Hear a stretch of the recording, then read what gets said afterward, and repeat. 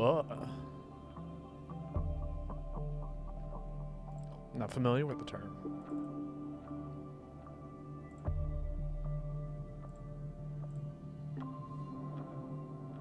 Whoa, hand cam. It's always there. It's always been there at the beginning of stream. It's more like a tea coffee cam. You know? It's kind of what it exists for. Although it's too late for me to be drinking coffee, so, you know, we're sticking to tea. Maybe if I didn't have work tomorrow morning, but, you know, that's not the case. How are you doing today, Draconic?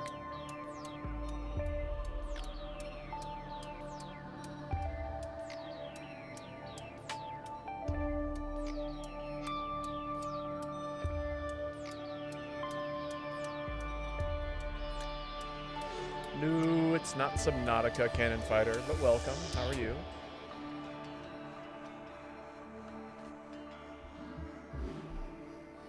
What?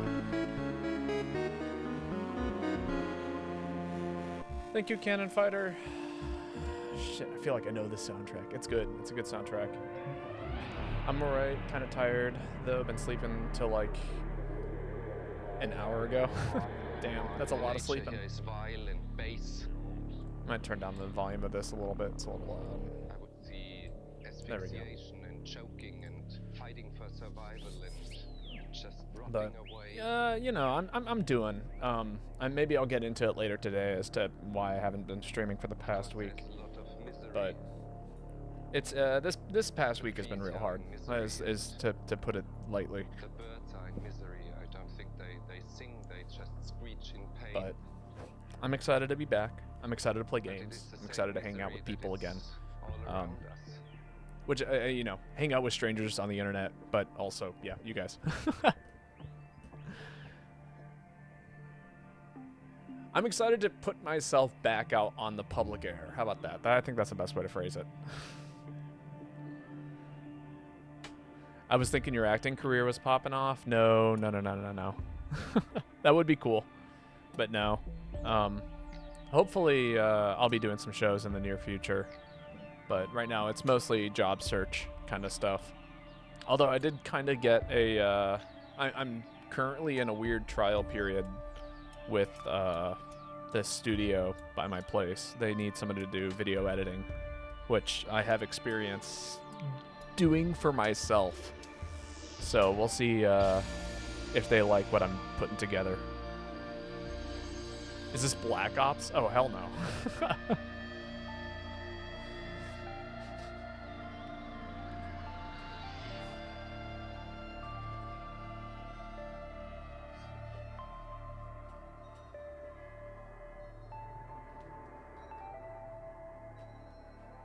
It's like a curse weighing on an entire landscape. And whoever goes too deep into this has his share. But welcome, Kai. How are you today? Okay, never mind. No. Land that God has created in anger. No, I don't really. Black Ops is not my type of game. I played it once when I was like in middle school. There was like a 1 year of Black Ops at friends' houses, and that was pretty much it. That was all of my COD experience. And then it died out by the time I was like, I don't know, between the ages of 13 and 14. Doing okay, all things concerned. That is totally fair. When I say this all full of admiration. It is not that I hate it. I love it. I love it very much. But I love it against my better judgment.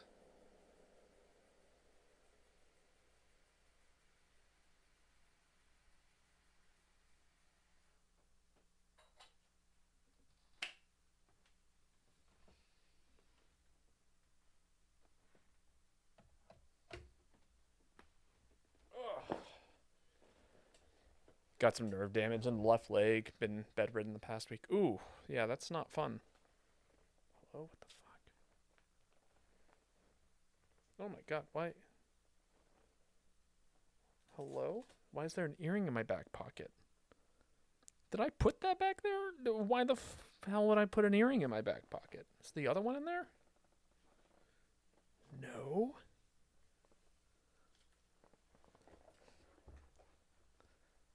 How did I... Why? Hello? The fuck? Like, got poked in the ass. Benches. Am I doing well? You know, we're doing. That was supposed to replay. That's fine. So like, okay, I'll get into it. A little bit. One of my friends passed away, and we were pretty close. So this past week has been like a lot of grief, is to say the least. They were also one of my coworkers, so it's been like working has been hard. You know, I spend every day in like the place that we spent the most time together. So it's been a lot of how would I phrase it? Consoling, you know, other coworkers and friends, and then consoling regulars because I work in a coffee shop. So it's like everyone comes in and they're just like, everyone comes in and they're sad, and then they order coffee, and I have to be kind of like play this double role of therapist, breaking bad news, coffee shop owner, and then I'm like obviously human. So it's like it's a really nasty combination of just like, am I okay? No, not really. But you know, I will be. But we're here to play video games. That's why I'm streaming today. It's to kind of renormalize my life a little bit and tell myself that things will be okay. So, have you consoled yourself yet? I mean, I have. This is not my first time dealing with loss, if that makes sense. So, to some extent, I know what I need to do, and and I've been doing the things that I need to. I've been taking breaks on my days off and doing all that stuff. You're gonna be empty for a while, and it's gonna sting forever. I mean, yeah, obviously, but you know, it'll be okay eventually. Hello, Faison. How are you doing today? That being said, if anybody ever needs anyone to like talk to or anything like that, I always keep my DMs open. And obviously, you guys don't ever... I very rarely get messages from my chat, but I do get messages from plenty of bots. So, you know, if anyone ever needs anyone to talk to, I will always be around. I can't promise I'll be the most diligent of getting back to people, but, you know. Yo, Jaden, thank you. How are you doing today?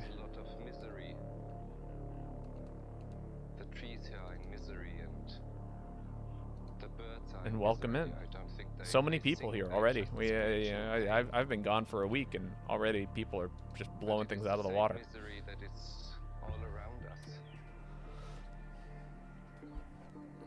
Also, thank you for the 14 months. That is crazy.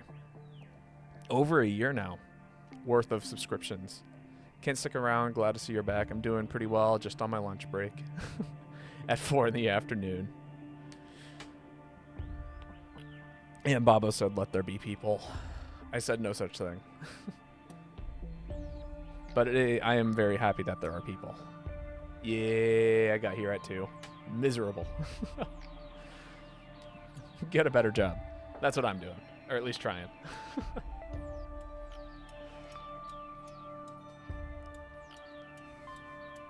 Alright. We'll be ready to get started here in just a couple minutes. I think I've got my kettle refilled. I've got tea around me. All the good things. I'm actually going to help myself to a little bit of tea right now.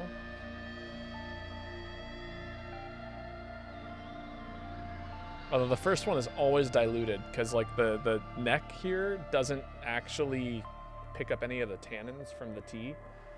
And so it's just, yeah. I'm sure as hell thinking about it, lol. It's definitely worth considering. I was gonna say, I haven't heard any news yet about this job at the community college by my place, but I do have backups now. Today at the coffee shop, somebody offered me a video editing gig, which they've already sent me some materials to edit together, and they were like, hey, we'll pay you for your time if you just want to give this a shot, and if we like what you do, then we can keep sending you more stuff.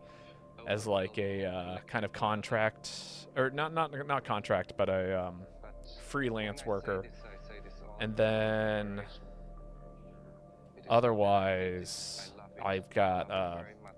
I applied to a bike shop again, so I I might love it start against my better wrenching again on judgment. bicycles this summer if the community college thing falls through. But I have backups, which is great. Am I working next Tuesday or Wednesday? If so, I'm gonna come bug you.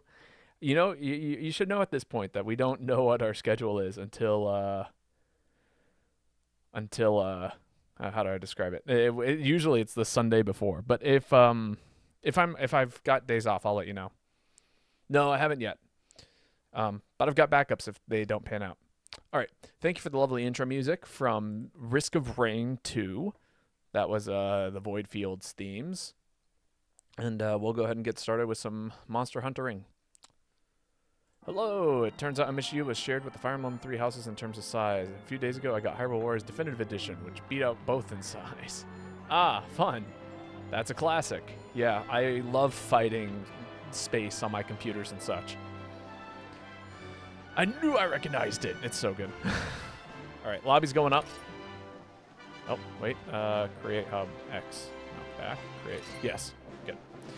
Great Mako. We will definitely hunt some Mako. Add some fruit to the counter. And then also, I don't know if I talked about this before. Oh, that's all right. But there are plans to do some... There we go. Lobby ID is now up on the screen. I'm going to update it for the stream. 61-0359-0057-7824.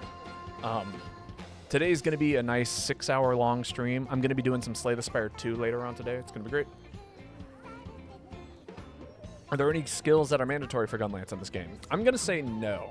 I think there's some very good skills for Gunlance. Sharpness is solid.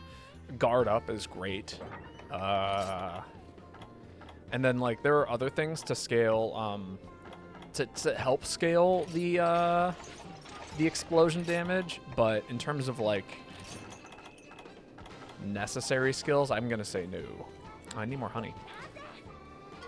But yeah, if anyone wants to jump in, lobby ID is currently up. Oh, that's not right. Trade goods. Ooh, crap, I need those, don't I? Yeah, I'm burning through them.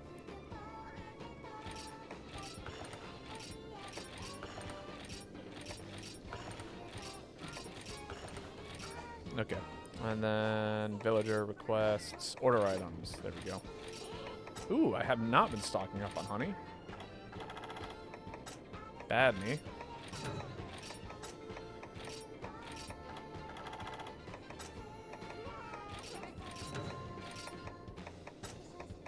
Honestly, let's just go for a full round of honey.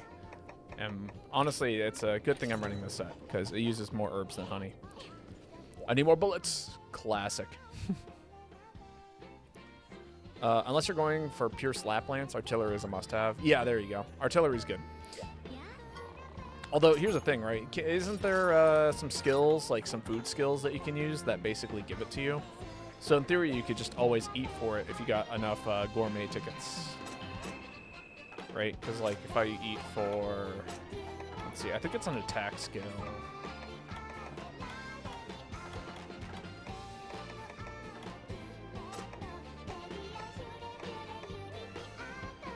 Oh, no, I'm thinking of a barter. It's still good, though. Is Slap-Lance no gun-lance? I think so. Yeah, Feeble Line barter. I mean, it helps. But yeah, you should have artillery on your set. I don't.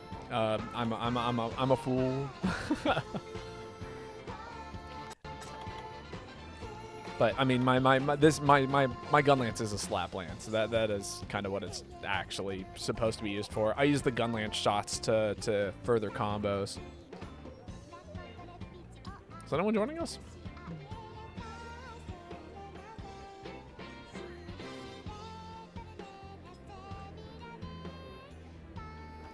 Also, post-stream, I might do some Slay the Spire too, which will be fun. So, I've been having a lot of fun playing that game. Fun fact, I got my Necrobinder up into Ascension 6 just by clicking the random button. The random button has been sending...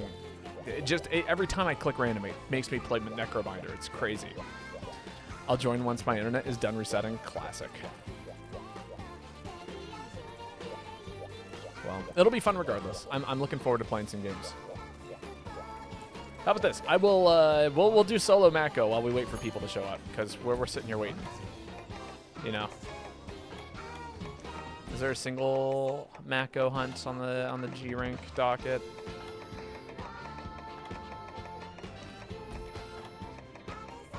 No, there is not. I'd be interested in joining after I eat some early dinner. Sounds good. I mean, again, it's first come, first served, right? Just kick a Mako to death. Oh, that would take forever, though. Let me just throw this on real quick. We'll just run a great sword. That's fine. And we'll run this because it's funny. Eat for the feline kick upgrade. It'd still take forever. I've stopped doing random only because every random hunt I get just terrible stuff. I mean, I like the random button in Slay the Spire too. It's... Oh, wait, where was it? Is it the next stage of evolution? It is. Low rank Mako? Nah, we'll just do this G rank Mako. We're doing enough damage with our weapons that we can handle a G rank Mako solo. I'll eat for attack.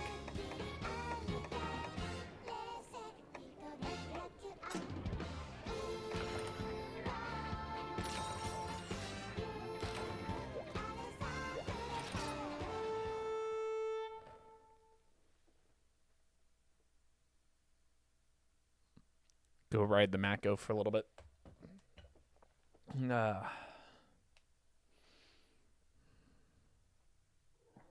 Oh, we just lost Deadash. Damn it. All right, let's go back. We'll grab Deadash and then have them post.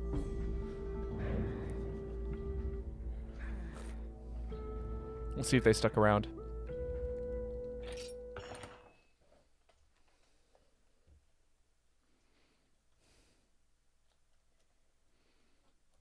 Well, I'm post first, actually.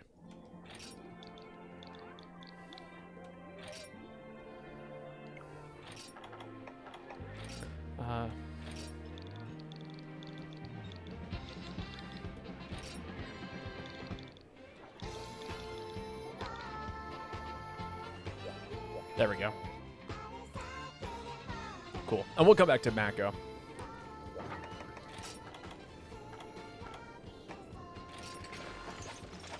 I'm going to go back to running Gunlance because I was excited to run this build. Oh, man. You ever have a caffeine crash? That's kind of what I'm going through right now.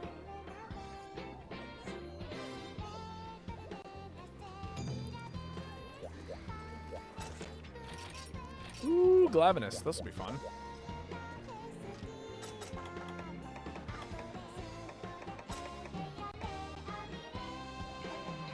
Actually, let's eat for attack.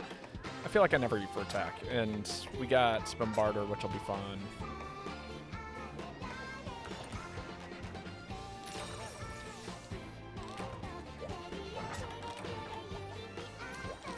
Huzzah, another gourmet voucher. Just for me. Forever -1. What is forever -1?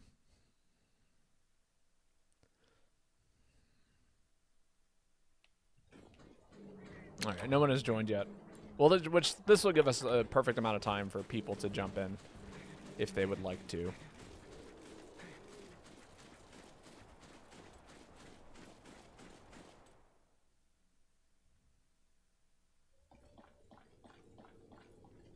Ah, yep. Immediately lost Lee Snake.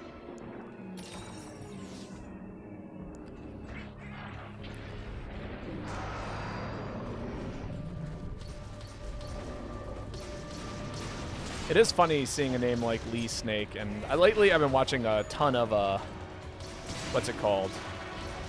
Naruto. That's been my my anime rewatch as of late. It's been a good time. Charge Blade main. I am not. We all know this. I am just okay enough at it. Also, I haven't played him forever, so we'll see if I'm even any good.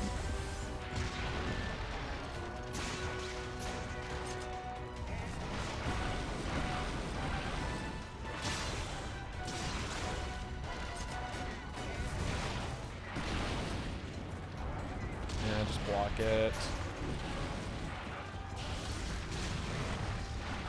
I remember watching Seven Deadly Sins. Is that any good? I saw the first season and a half, and I thought it was decent. But then, like, up until the first season and a half, it lost my attention somewhere along the way, you know? It's not too bad.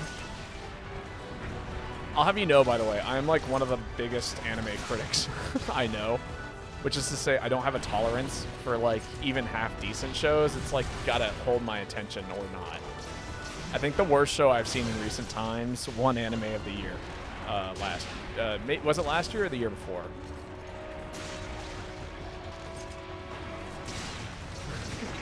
If that's any kind of tell for what it is I can tolerate these days.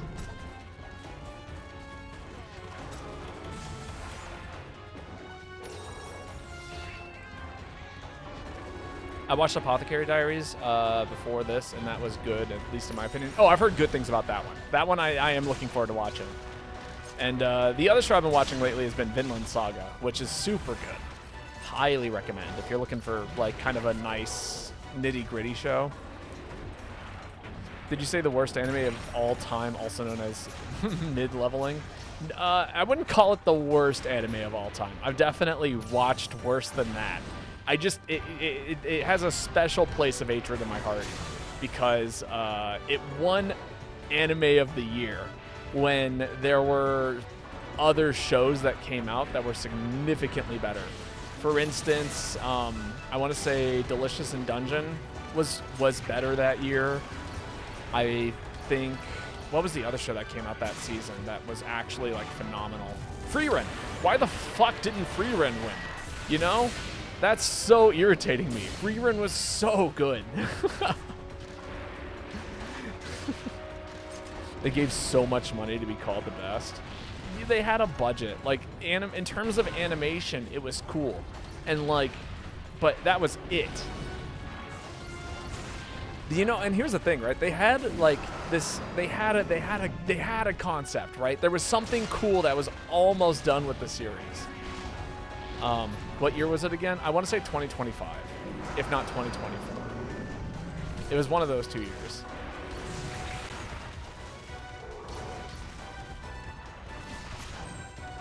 No, that was a whiff on my end.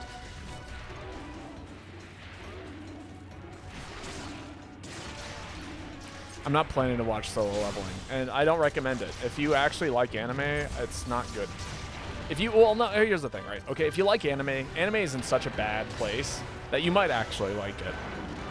If you've liked anime over the past 20 years, don't watch it. If you've liked anime over the past 2 years, maybe it's worth your time. Like, at one point in time, I did like bad anime. I was a part of the generation that grew up watching, what's it called? If you die in the game, you die in real life. Whatever the fuck that was. And enjoying it, you know? I don't watch anime, so I can't add to this conversation. That's okay. You don't need to watch anime. Sword Art Online, thank you. Yeah. Cinderella Grey wasn't even an action anime, but it was a better action than Solo Leveling. So okay, here's the idea, right? This is where Solo Leveling almost had my attention.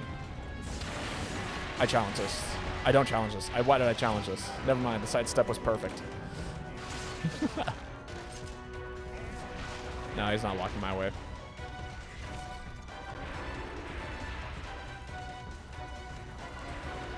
Love Berserk. Never seen it. Only played Dark Souls. I like Black Clover. That one's okay. If you like Black Clover, you'd probably like Fairy Tail. I wasn't a fan of either, to be honest. I did watch a lot of Black Clover, though. I watched, oh my god, that fucked me up. Please don't kill me.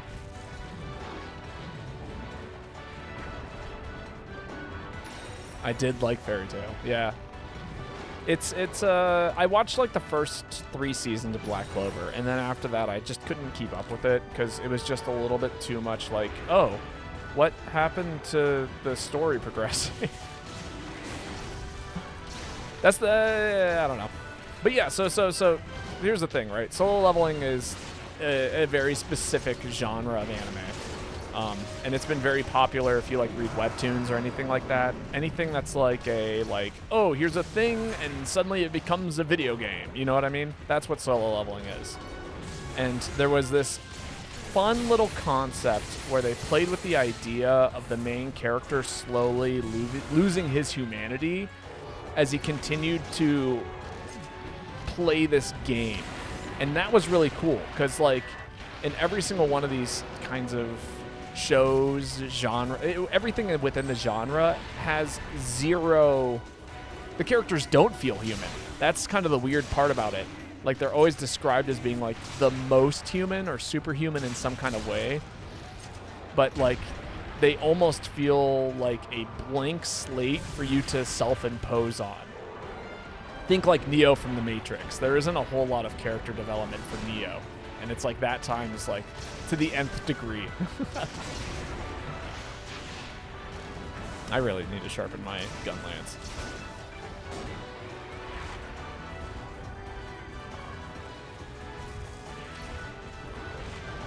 That's far away. Let's block. Sidestep? Nope. Not enough iframes.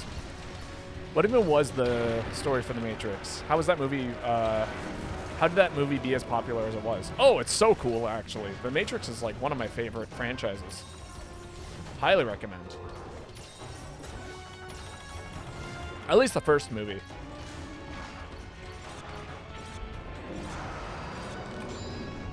I'm not even going to bother describing the story of The Matrix. You should just go watch it. It's cool as hell. If you're like looking for like an icon of the early 2000s, like just go watch it. The Wachowski sisters are wonderful, wonderful directors. Is not John Wick. I mean, yeah, it's what's his face, the main character from John Wick, or it's the same actor, but it's not John Wick. I know how badass it was. I just don't know what made it good. It's like you just got to go watch it. Keanu Reeves, thank you, Draconic. That's like one of the only actors I know by name. If somebody says Keanu Reeves, I can immediately picture him in my head. Like 90% of actors, no clue. Hell, I don't even know what Johnny Depp looks like, to be perfectly honest. I know who he played in the movies that he played. It's just he always has so much face makeup and paint and all that stuff. I like literally, if you showed me a picture of him, I wouldn't be able to see it. The Outer Wilds of movies. I don't know about that, but it's cool. He was a great actor in Cyberpunk 2077. He's a great actor in general. Honestly, he's like one of the few actors who I go like, oh, he might actually just be a good person. There's a lot of not good people who are famous. Yeah, I honestly don't feel comfortable ruining The Matrix for you. You just got to go watch it at my recommendation. And that's coming from somebody who hates, again, solo leveling and 90% of anime. Funny enough, so like, okay, Jaded Queen was in here a minute ago. I'm going to tell you a story that happened between me and Jaded Queen. Wow, that hit. So Jaded and I are friends in real life. And one of the first interactions we had was Jaded came into the coffee shop. And someone else was there. I was having a conversation, and I went on a tirade about anime. And Jada was like, oh, I'm getting into it for the first time. And I'm like, oh, that's kind of cool. And they were like, yeah, a friend of mine sent me this list. of things I should check out. I'm like, I can totally vet that list for you and see if like there are shows that are worth your time and attention and all that stuff. And I kid you not, I probably crossed off 90% of that list, being like, okay, so like this one's good, this one's good, this one's good. Please don't watch the rest of these. Tom Cruise, ain't got a clue. I know who he is. I know what he's famous for, but I don't actually, like, I can't see the face. It's not there.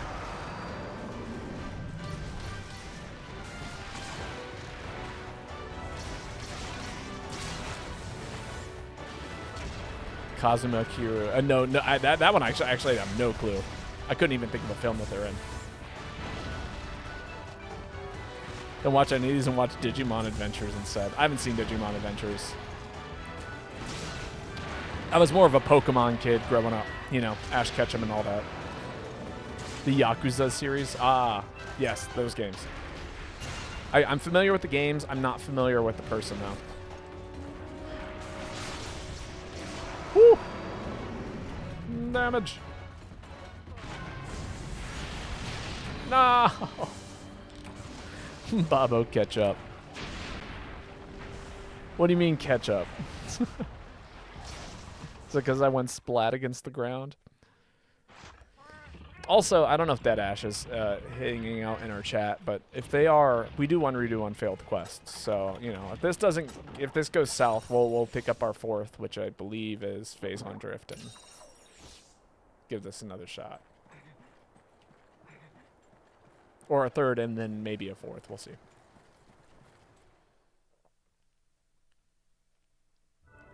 Don't watch anime. Go play Monster Hunter instead. Oh, I already drank a cold drink. They are here. Good.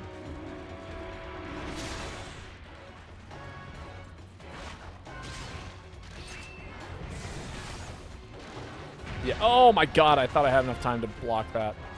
Of course, I hit a goddamn rock. That's fine. Energy Surge just got some healing.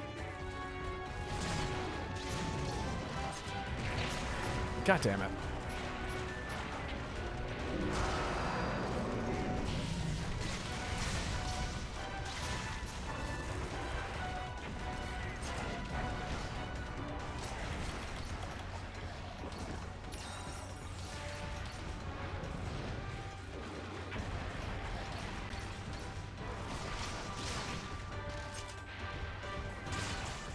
No.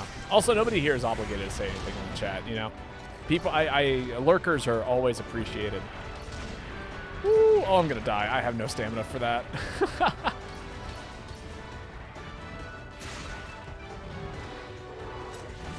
I'm surprised I haven't gotten a sleep proc yet.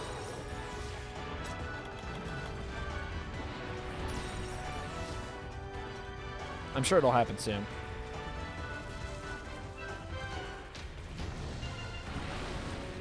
Anime sites going down. Oh, okay, so that's a good one. So, I don't know. I'm going to say this. I am 100% a pirate when it comes to many, many things. And Crunchyroll is not the best company. I think it is absolutely kind of a shame that so many anime sites have gone down over the past few years. It's more so about the accessibility thing, right? So, like, it's impossible to find some shows without pirating it, or you're spending like almost 60, 70 bucks to like try and obtain this material. It's insane trying to like watch anime. I grew up on many, many, many sites, including all of the ones that were like trying to solicit like, I don't know, porn games and all kinds of weird shit. God knows how many viruses I had on a computer at one point in time because I was just sitting there pirating anime. My thing is like, okay, if you're going to pirate anime, at least find the safest way to do so. You know, find the good sites. Don't download stuff. That's for damn sure. Don't do that. That's a great way to mess up your computer. But I think I don't know. Art should be shared.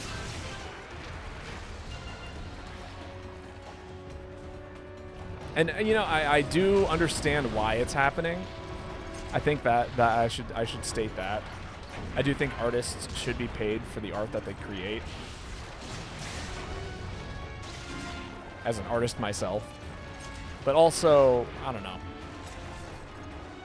It's definitely speaks to how much power people with money have to be able to start striking that kind of stuff. Man, we've been here for 15 minutes. Over 15 minutes. I need to start running more damage sets for these duos. I just want to play Gunlance, but this is taking some time.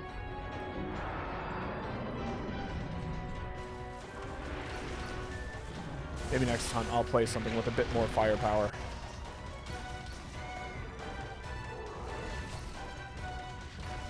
I guess I'm playing Charge Blade after this, right? So I'm gonna have to play something with a little bit of firepower at least. Can I not die, please? That'd be awesome. What Glavenus is this? This is just a regular Hyper Glavenus. So probably somewhere in like the G3, G4 range, if I had to guess. Please die.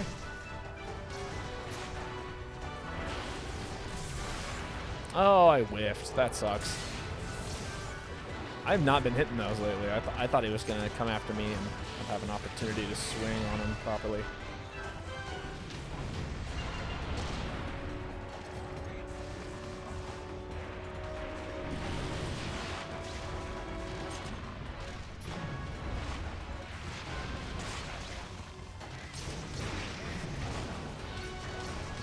Wow, that was crazy. Glavsh moving on you. Always is.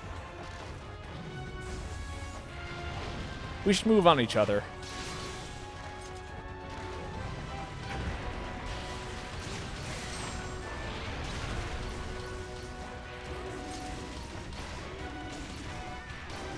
Hey, yo.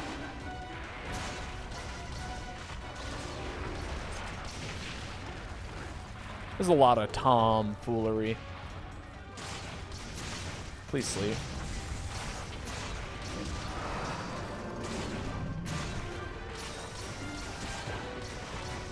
Like, if I keep up thrusting here, eventually he's going to pass out, right?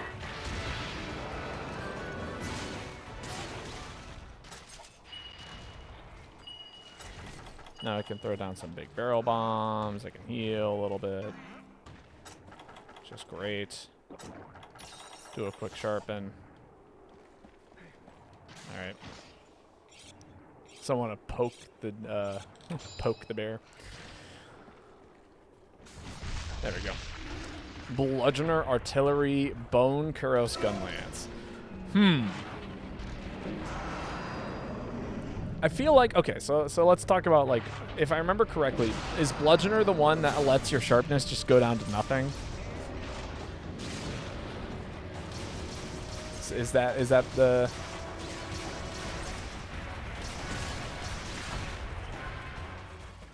Baba's like Iron Man with Hulk. Go to sleep, go to sleep, go to sleep.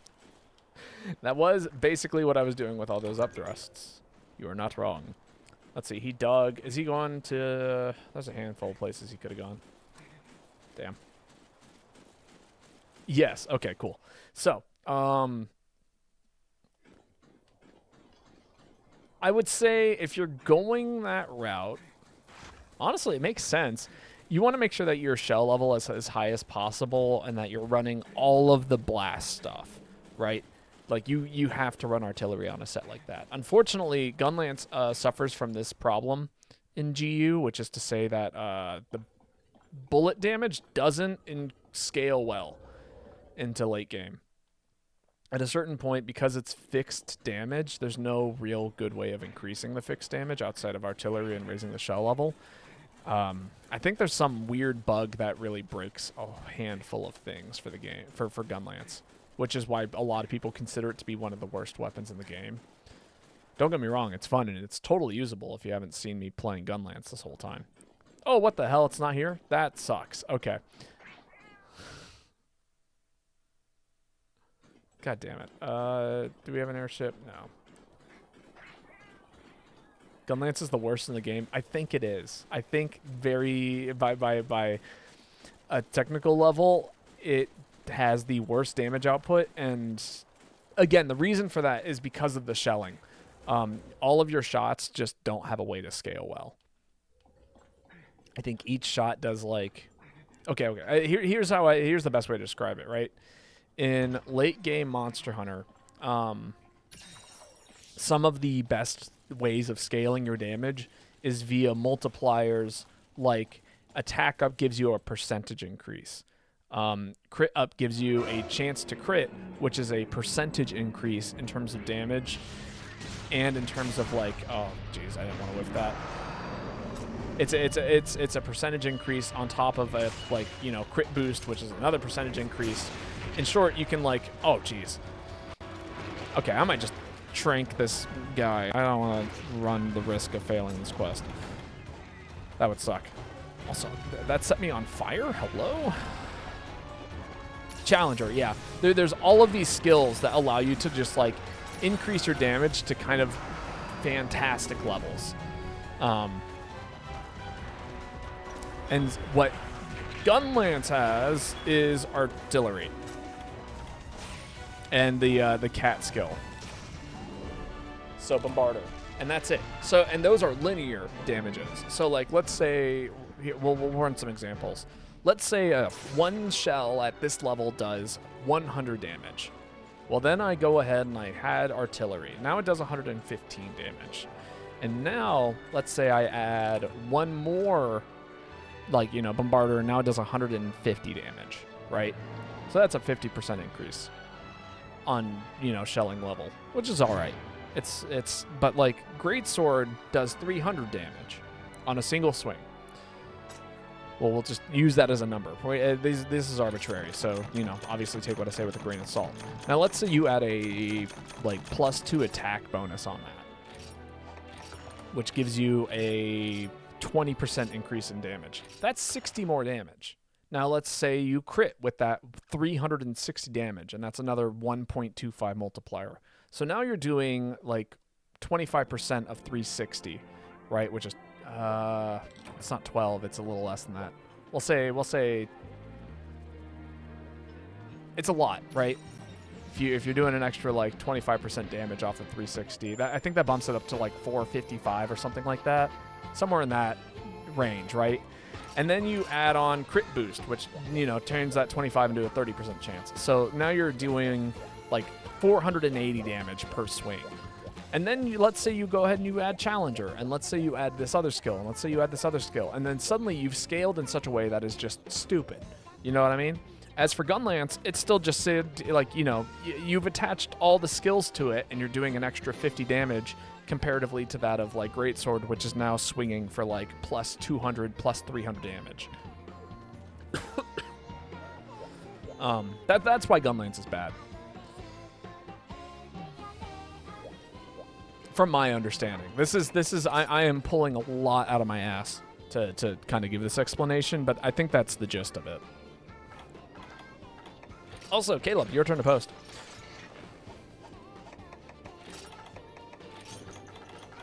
I need to steal some honey.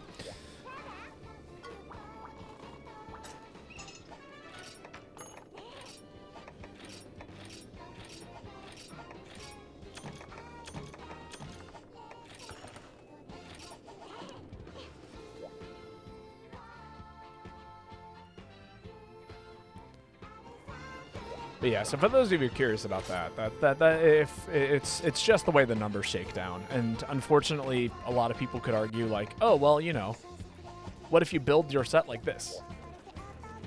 Well, unfortunately, there's always going to be a better way of optimizing a set that is going to outscale Gunlance, and it's kind of hard to.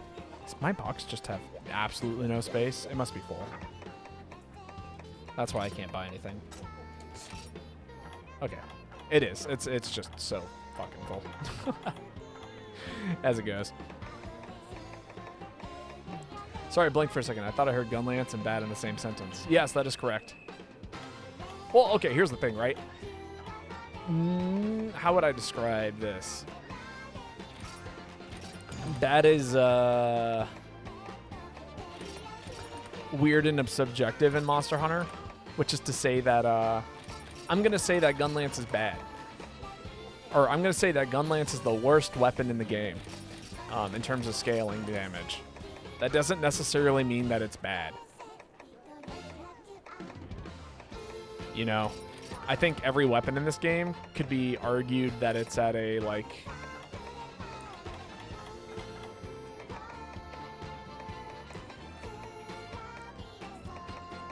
You could argue that, like, okay, let's say we made a tier list, right? If I were to tier list every single weapon in the game, Gunlance would fall into C tier. And that might be the worst tier in the game. But, like, comparatively to, like, you know, I don't think any weapon exists in F tier. I don't think any weapon exists in, you know, E tier or even D tier. I think C is probably the worst in the game. And that is, still totally playable and usable.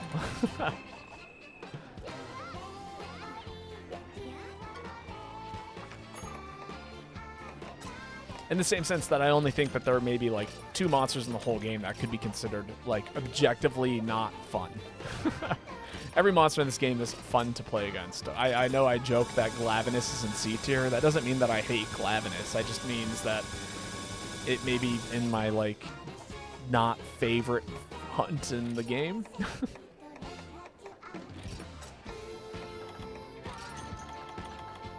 I need cold drinks. Crystal Beard. Honestly, Crystal Beard is actually kind of fun. It's grown on me. You just gotta learn to fight, unfortunately.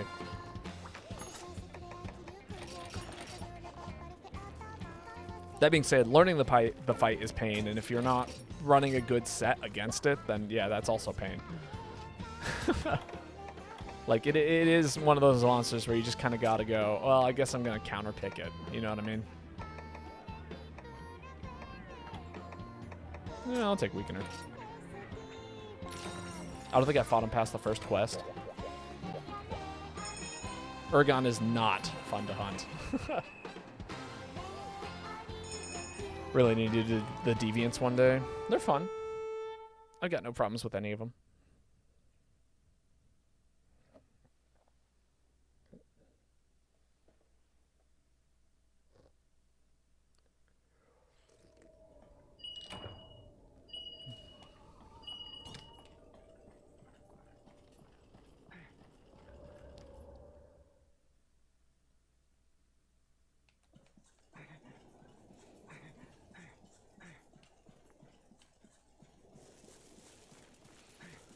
I think so there's 2 things that you got to know about Urgon if you're going to fight it, right? One is that you're going to bounce against its face. So maybe targeting the face with weapons that bounce is not a good idea. The other thing that you got to do is recognize that you gotta kind of start learning its tells, which is hard because a lot of people argue that all of its tells look the same, and they're not wrong. They do look the same from a distance, but there are differences. And if you can learn the differences, then you can kind of start to figure out what your game plan against them is, you know? Oh man, I've been playing a little too much Sunbreak. This weapon is simpler in this game.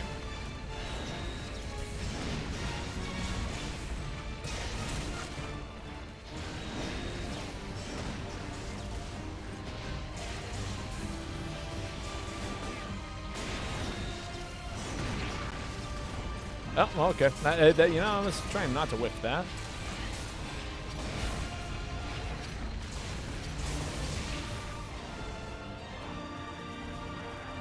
Thank you, guard point.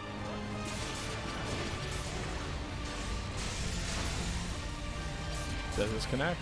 The answer is yes.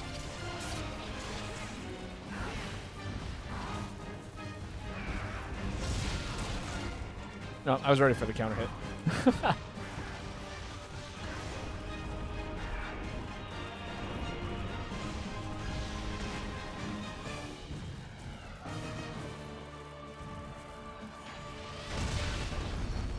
Oh man, that's so cool. Let me just casually parry the dive.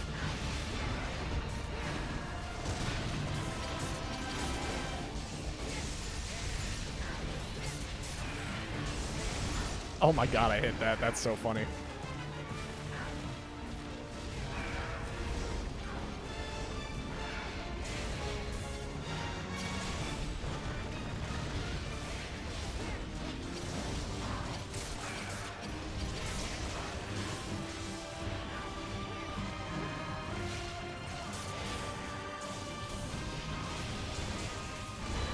I could have... Oh, if I changed forms right there, I could have used the guard point to break.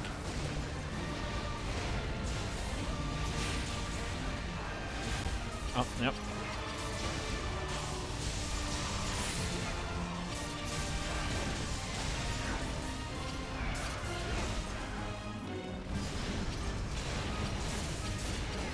And then we just send this. No! I got gun lanced. Oh, that was perfectly avoidable.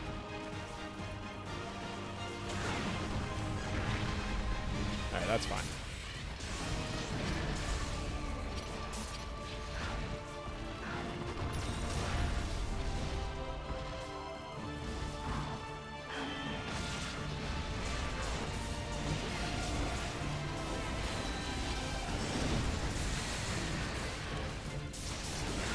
No! Gun lanced again.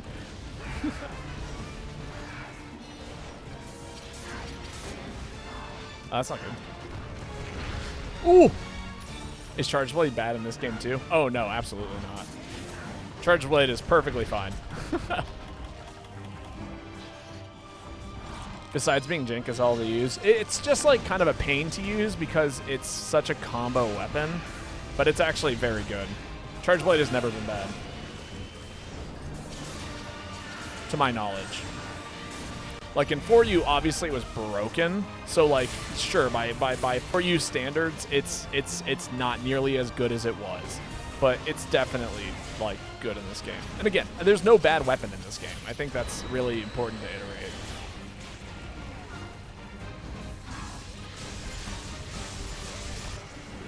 I think maybe in its weakest iteration, like Rise might be its weakest iteration in my opinion. But even then, like there's some very, very good styles. Like I think playing Charge Blade where you swap to the actual blade form might not be as good as you just using it in Sword and Shield form. But yeah. I paid for style too. I didn't pay attention to pick one. Or played for style? Yeah, there are worse weapons, but no bad weapons. Yeah.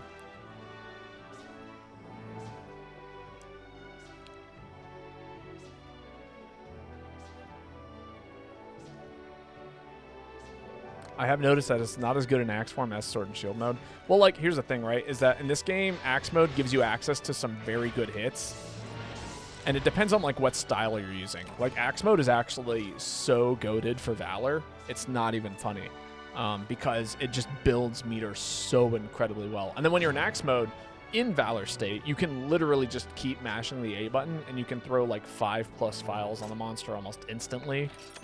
And just like, you get to combo non-stop. It's like doing Wild Swing, but with file charges. It's actually ridiculous. Axe mode is insane on Alchemy for build-up. Maybe could be lying. I mean, I don't know. I don't play enough Alchemy Charge Blade to pay attention to that. But it is definitely good on Valor. Like, I don't know. Should I showcase it? I probably should. Just to show you what I'm talking about.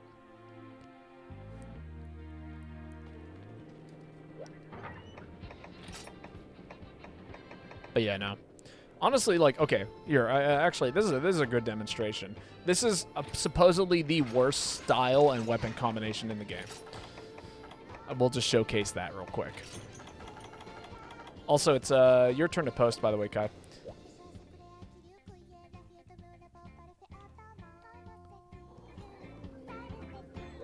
Adept Insect Glaive? No.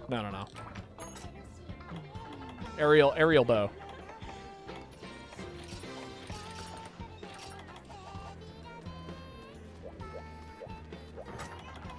Although I will admit, Adept Insect Glaive is pretty bad.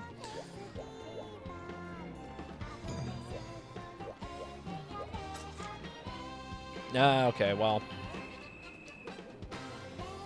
this is not the hunt to showcase this, unfortunately. Actually, you know what? I've never tried it. Let's give it a shot. We'll see. It's low rank? Okay, yeah, we'll be fine. Okay, that's fine.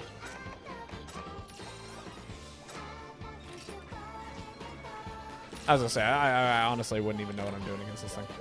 Although...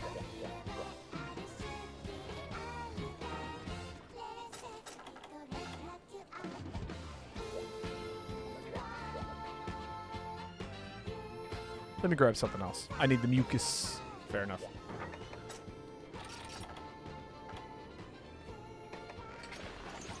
Yeah, I'll just go ahead and run that. Give myself something.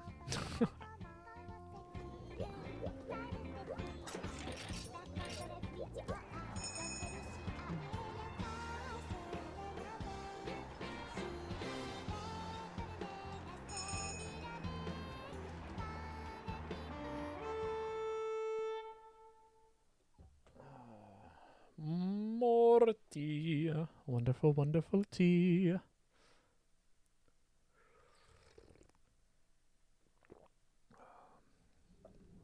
What I have today is blueberry. I'm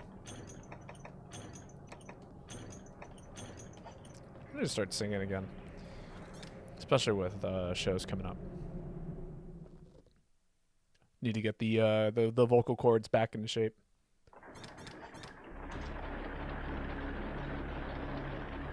All right, let's see how this goes. Well, that's not just get charged immediately. That'd be quite disappointing.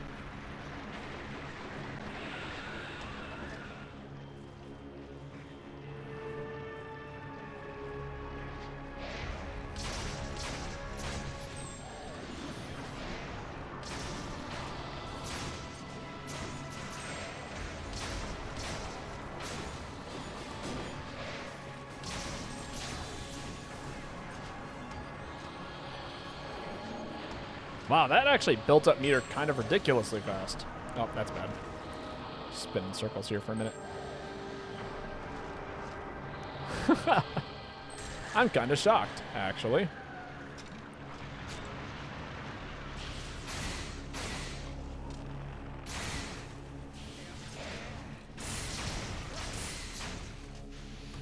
Ah, yes, the snowball blight. Yeah. Or, you know, the bone ball blight in this case. This one's kind of got a weird blight because it's like... how do you describe it? Oh, missed that shot.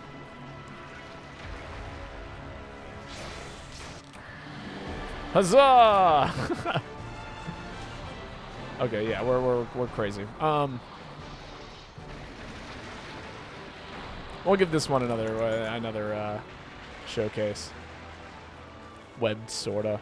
But like, okay, so here's the thing, right? Is like this weapon in theory shouldn't do damage. Awesome. It's just usually bad. You can only get like level 2 bow charge, and it doesn't. You don't get your combos and things like that. But like this weapon is ridiculously good at mounting. It's ridiculously good at other things.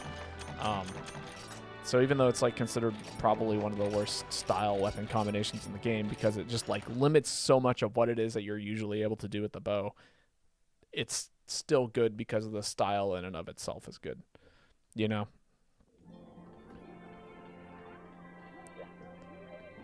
All right, and now it's my turn to post. So we're gonna finally go ahead and just hunt down the duo here. Got the exact amount of mucus, hella. Love that.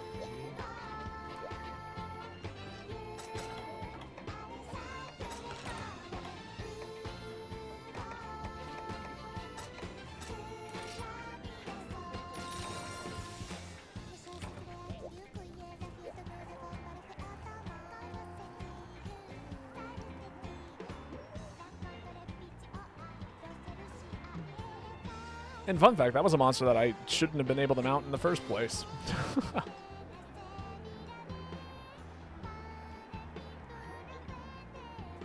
So it should have been especially bad against that one.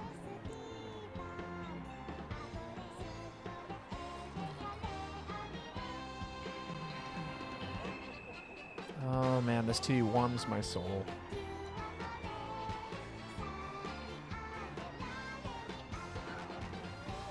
Dun, dun, dun, dun, dun, dun. Dun, dun, dun, dun, dun, dun, dun, dun, dun, da, da, da. Dun, da, da, dun, da, dun, dun, da. Da, da, da, da, da, da.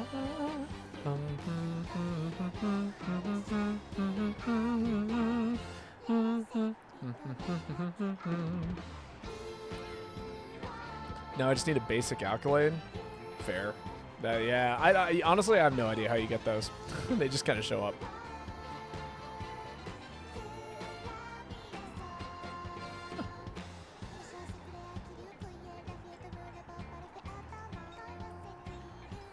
I think there's a couple quests that give it to you, like, for sure, but I don't know, they just kind of show up. Is it hyper monsters? Do you get it from doing hyper monsters? Is that what it is? Do you need to do, like, some high rake hypers?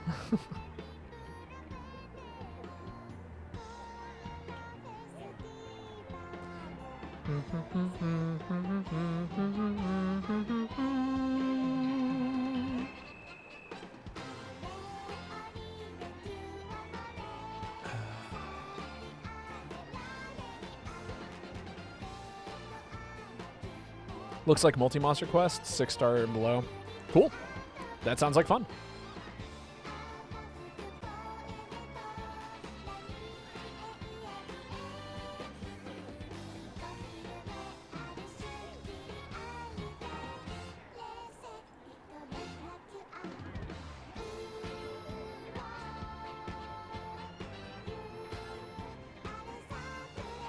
God, what a good tune. We're gonna go to the sleigh ground on my next turn. Hello. Oh, yep, that's right. I got a post. I'm the one that decides when we go. The mimicking villager. On my way home from the Jurassic frontier, I was spotted by a Volvidon and a great Mako. Luckily, I threw myself into a series of somersaults and other kinds of evasive maneuvers.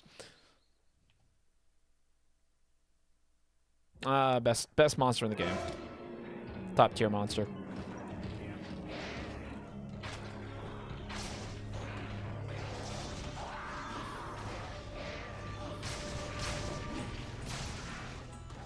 Yes, let me ride the Mako.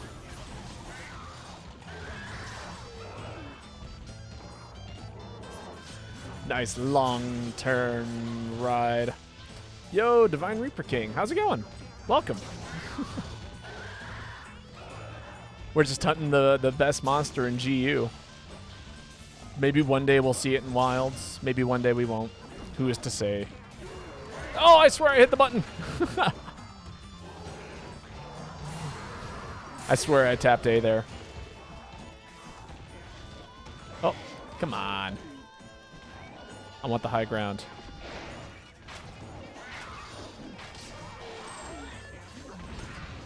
But how are you doing today?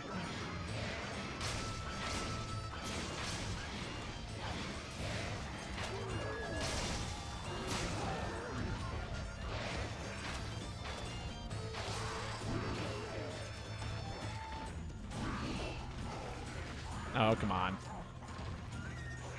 Stop whiffing.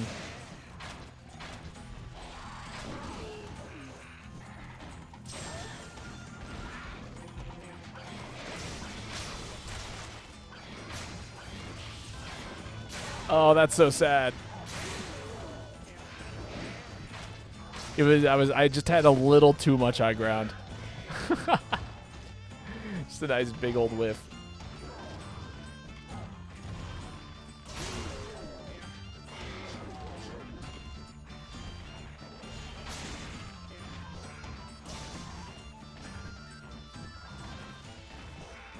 Waiting for that. Yeah, come on, charge me already.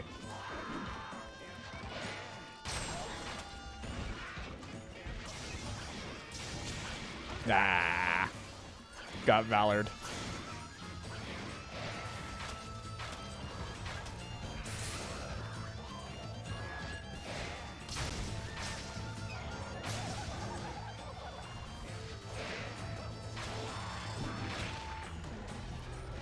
I'm doing a challenge where I have to make a new character and gear of my least favorite deviant Dread Queen, and I have to max it from low to G rank. Fun!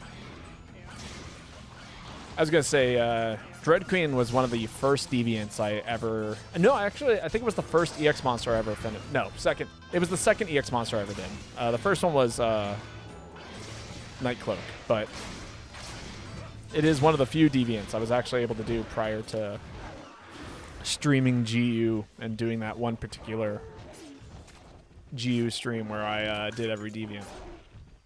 Every EX deviant, I should specify.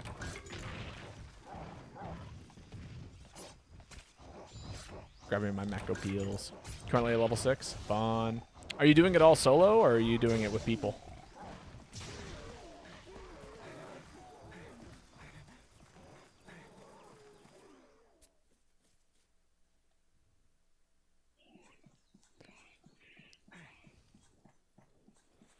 Also, have you heard my philosophy on creating gear for that specific kind of thing?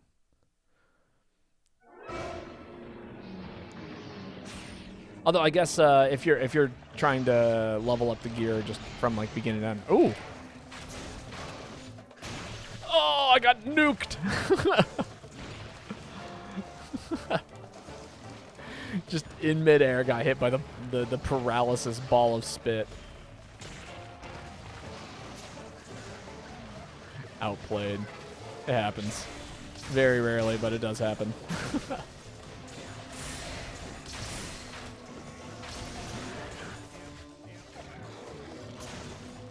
Deal with people, but it's RNG with the people have been annoying. Ah, that's fair. I mean, you know, it's Monster Hunter. People are at all different levels of the game. Damn it. I hope I didn't use my super by accident. No, I didn't. Okay, good. Ah, super. I've been watching too much fighting game content. So that just told me right there.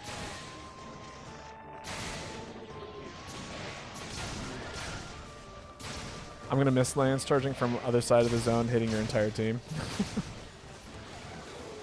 I don't. The knockback mechanics are interesting, but I'm kind of glad that they've been removed from the game for the most part.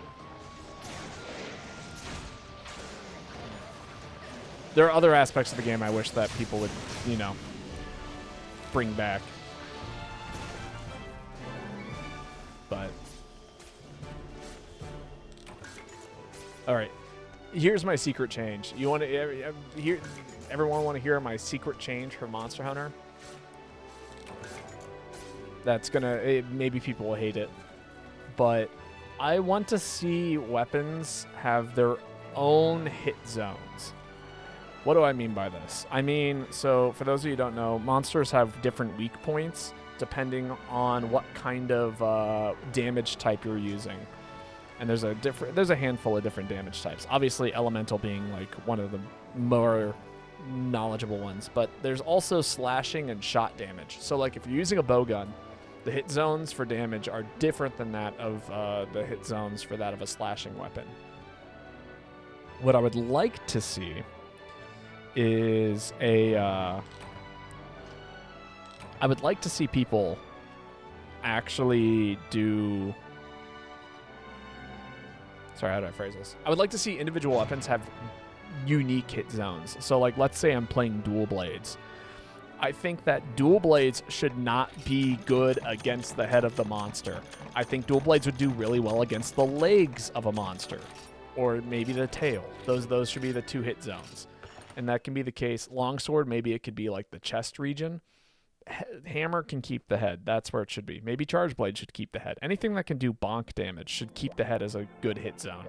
But I think every other weapon should like have new and unique hit zones. That way, like when people are playing together, you're encouraged not to all just run the best weapon in the game, but rather run weapons that have unique places and placements that you should be going to. And especially, like, okay, I can understand why that would be a pain in the ass in old Monster Hunter games where, like, I am playing, like, you know, well, we didn't have damage numbers in old games, so people were doing that already. Nobody really cared about where you were hitting the monster, as long as you were doing a good job hitting the monster and not dying in the process. But that kind of disappeared at a certain point in time. after the numbers started popping up on the screen and everyone went, oh, I should be hitting the head. And then everyone's swinging at the head and nobody's cutting tails anymore. And I think it's bad. It's a good idea in old gen because I'd rather hit the head with the hammer while the longsword user or dual blades hits the chest. Right, or the tail or like other parts of the monster. Like, hell, make it the wings. God, like I think longsword hitting the wings, like that'd be so cool. Imagine you clip the monster's wings and it falls to the ground and you go, I did that. That was me. Gunlance can keep doing whatever. I think Gunlance explosions should do raw damage, and that's fine. Because there should be regions that are almost next to impossible for any weapon to hit. Like, you know, let's say you're fighting Gravios. I didn't see what we were hunting, but let's say you're hunting Gravios. Let hammer cut tails. No, I don't agree with that one. Either get noobs, trolls, or griefers, or max players. Oh, are you not doing it with max players then? I was going to say, you just kind of get everyone these days. You know, GU's kind of a pool of whoever.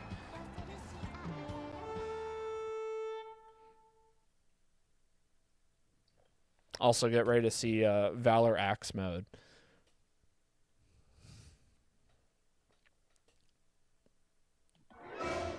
Hug the dog. I'll do it right now. Nice big old squeeze for the dog as I get smacked in the face. Use my iframes. It's a good use of iframes.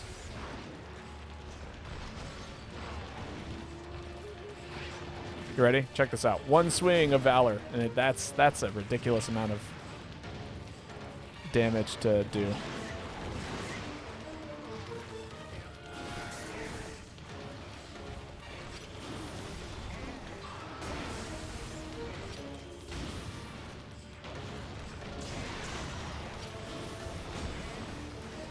Can build up files here.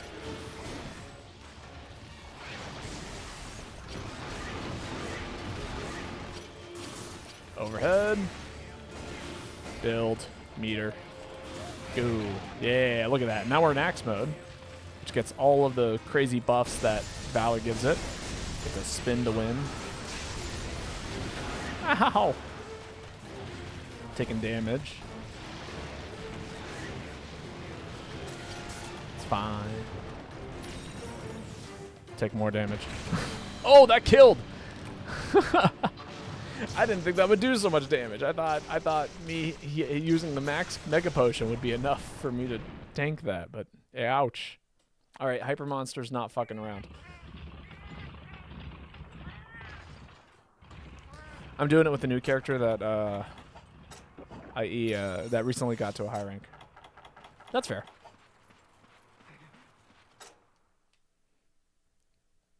So again, are you avoiding the max players then, or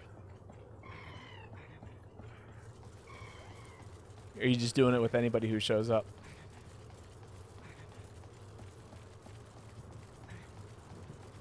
I mean, it sounds like a fun challenge. That's for sure. Something I used to do back in the day when I was doing... oh, the max players are avoiding you. Gotcha. One of the things that you can do that really helps out is if you put down... if you like fill up all of the indicators of what the lobby is supposed to be, that was actually a really great way of communicating back in the day on what it is that you were trying to do. So like for me, I would put down Dread Queen farming, right, as the lobby name. And then in terms of categories, I'd put like farming one monster, host picks quests, all of these things. Because people are actually looking to try and get that monster done. I did that and only noobs showed up. I mean, you know. They gotta learn somehow. Ain't nothing wrong with being new to this game. Actually, I encourage it. I love seeing new players. It's so exciting to meet people who are like, hey, I'm playing Monster Hunter GU for the first time. I'm like, hell yeah, this game rocks. But I can understand your frustration if you're, you know. Ow. Because Drake Queen is HR2. I mean, you could always, you know, as long as somebody's in G rank. It makes sense if you're doing it in like the low ranked lobbies why that would be difficult. But if you get your hunter up to G rank and like rock the same gear and stuff like that.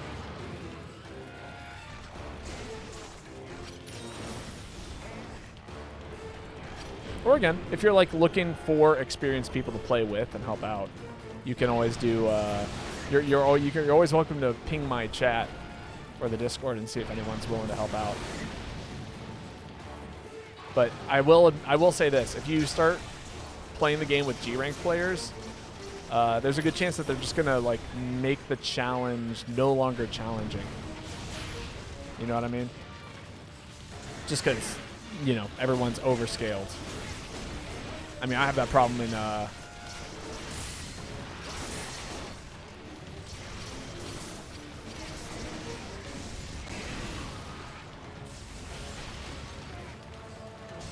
have that problem sometimes even just doing G-rank lobbies where it's like, oh, well, we're just like basically destroying every monster no matter 2 seconds, and there is no challenge. Which is why you see me run so much unoptimized gear. It's because, you know, if I don't have to do the damage, then I can do other things, and the hunt lasts a little longer, and it's a different kind of fun. But if people are trying to get stuff done, I'll equip, obviously, like, oh, I'm just going to run Valor heavy bow gun, and we're just going to do as much damage as I possibly can, because that is something I'm able to do.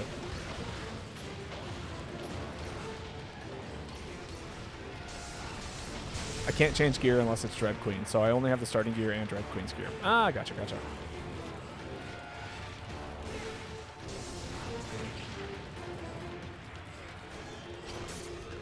I mean, still, it doesn't change the fact that, like, you know, G-rank players can basically do all the damage. I could run, I could end up running only, like, high-rank gear myself, and I guarantee with our current lobby of people, they would finish off Dread Queen in, like, less than 2 minutes. Even if I'm doing essentially no damage. Comparatively.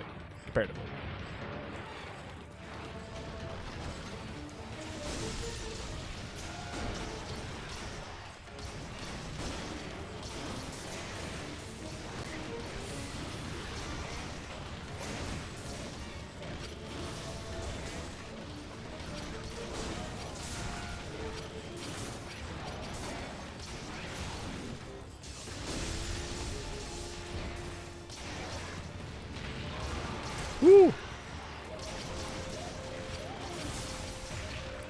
Remember that time we helped someone do a call for the first time, killed it under 10 minutes? They were like, that was kind of overhyped, to be honest. Yeah, I do remember that. And I actually kind of felt kind of bad about it, because it's like, well, you know, Atakal is one of those monsters where, like, everyone tries to do it because you should have a set for Atakal. It is, like, the most flexible, you know, make it yourself, color the picture any way you want kind of set that exists in this game, and it's super cool for those reasons. But a lot of people a lot of people end up trying to make that set as like one of their first sets after they finish the game. So people have it's that fight's been optimized to hell and back. Even the event version has been optimized to hell and back because people are trying to fully max upgrade it and they want to get that extra percentage point or whatever.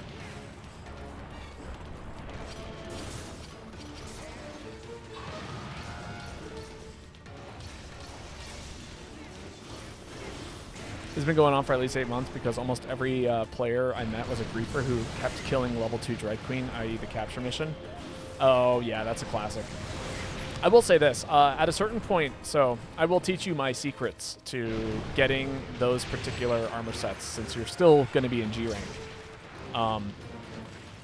If you're climbing, rather than farming for level 2 tickets, it's almost worth doing just like the level 4 and 5 missions for extra level 2 tickets. Because you get some other tickets for doing those capture missions, or doing the higher missions, and sometimes you just roll the ticket that you need to make new armor without having to do capture quests. Woo, that's gonna hit me. I should have gone maybe the other way. Yeah, if I'd gone into it, I might have survived. I might have not taken that hit.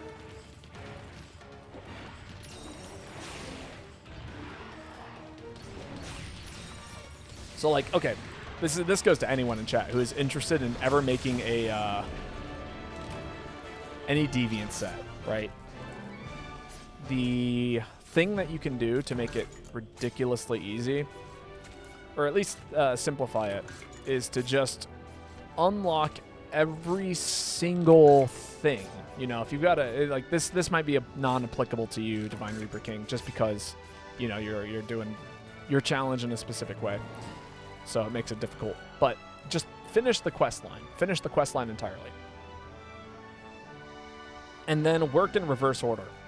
So like I would start with the G5s and get every single G5 ticket that you can, or that you need for the finishing the set, and then see how many of the extra tickets you got. So then do G4 and then G3, and then if you hopefully at that point you've picked up a few extra G2 tickets because you did the G5 and the G4s, and then you might only have to do one of the capture quests to finish up your armor set.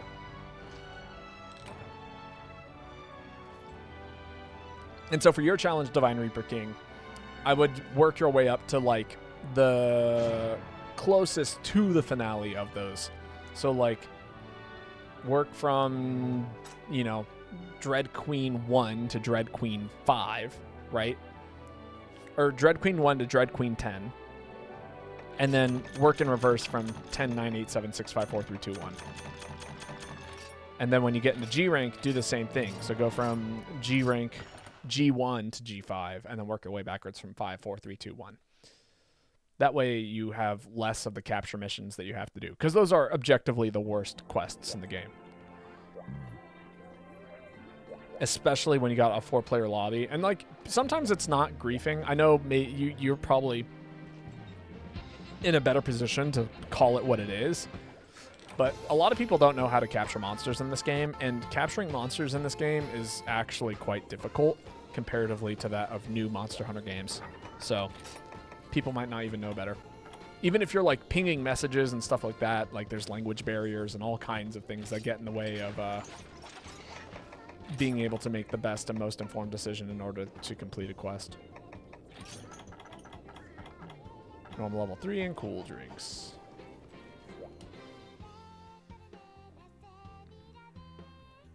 Also, it is your turn to post, Faison.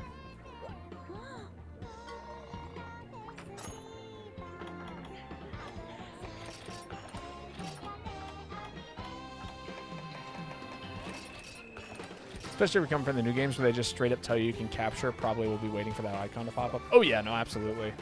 God, yeah. I was gonna say the sure signs of usually players that are new to this game, or at least coming from new gen to old gen, is if you like you look at their, oh my god, holy shit, I cannot believe you got all these on you.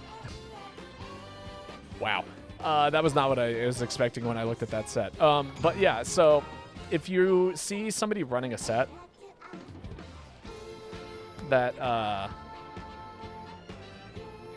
doesn't have any actual active skills procced, then they're probably from a new gen game, because they've gotten rid of the new, or they got rid of the way that, you know, creating skills functions from old gen to new gen.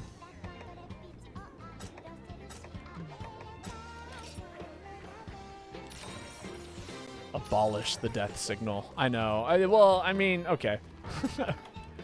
I know we all feel that way because we're sitting here playing GU still. I understand its purpose. I think let's okay, how do we let's, rather than just saying, "Hey, that was a bad idea," cuz like people clearly like it and they're willing to keep it in the game. How do we fix it, right?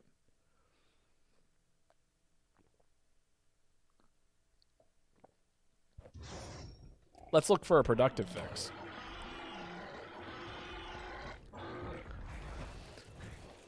I would like it if it also wasn't the capture signal. I think... Oh!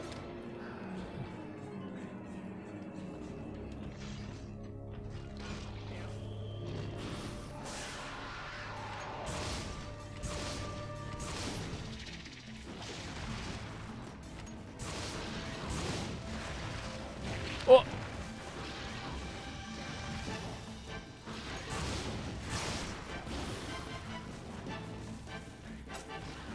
Well, like, okay, I think they did, in fact, try to balance it a little bit because they made it so that way you can't, there's certain items that cannot be obtained from capturing monsters. I don't know if that was the solution that really, like, I don't think anybody really likes that solution, but it is what they did. And that was the case of old Monster Hunter games, but, like, as well, that the rewards would change and the, you know, the probabilities of specific rewards would change based on whether or not you were able to get that capture or not. When did they do that? That's always been the case. There are just certain drops that are difficult to get or impossible to get if you don't, if you choose to capture the monster rather than killing it. That's true of this game. Oh, that's right. I'm sitting here thinking it's Silverwind to some degree. I'm like, do I need to roll a certain way?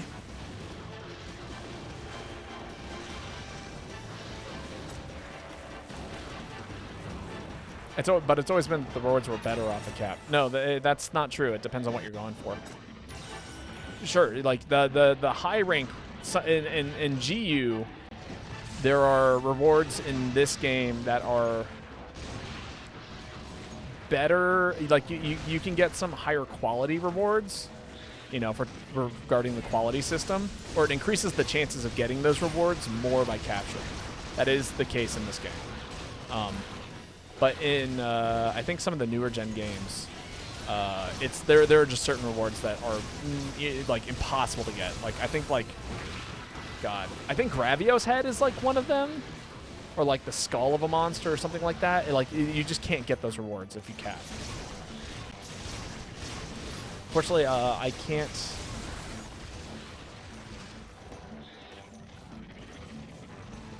I can at least use any of the weapons, but the armor for Dread Queen Sword and Shield seems to be a good option. Honestly, any status build is actually really good with Dread Queen. So like that's man, I'm just taking all of the damage in the world. But also I'm sitting here reading chat and thinking, just straight up not the case. Are we sure? I want to double check this. I swear I saw this information somewhere at one point in time.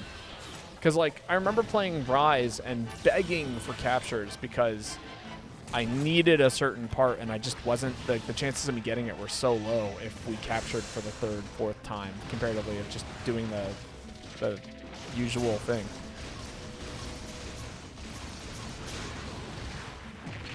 Oh, come on. I had to rearrange my shot there. It's true in Rise. Okay, maybe that's what it is. But again, I'm not going to say that was really a solution because the problem with that meant that there were just like, it made it easier to like, for people just not to listen, and then there were things that you can't get. I don't remember parts only being able to get from caps.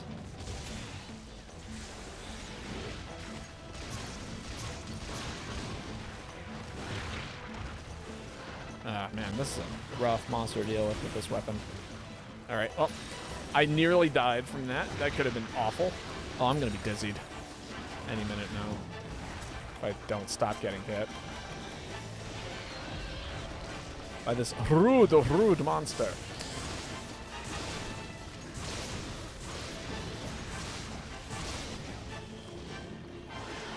Oh, okay. I was not in range for that roar. I think it's a good idea to make certain parts have higher chance to obtain from quest rewards if the monsters are captured, but not capture or hunt parts. I mean, okay, I like the idea, and it makes sense, like, in terms of, like, lore. Jeez, this monster is on my ass, always. Just burning through my megas.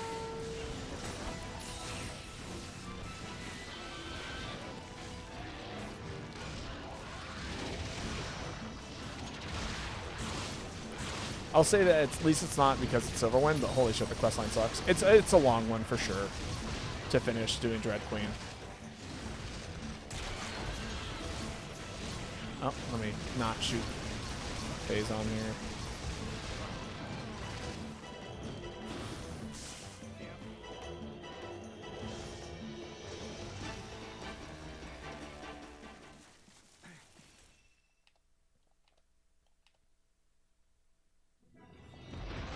But no. Okay. So let's actually come up with better solutions.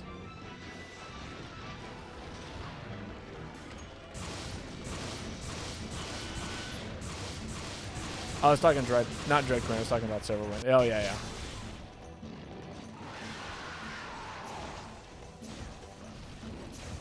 No, I mean, Silverwind's just a tough monster to deal with.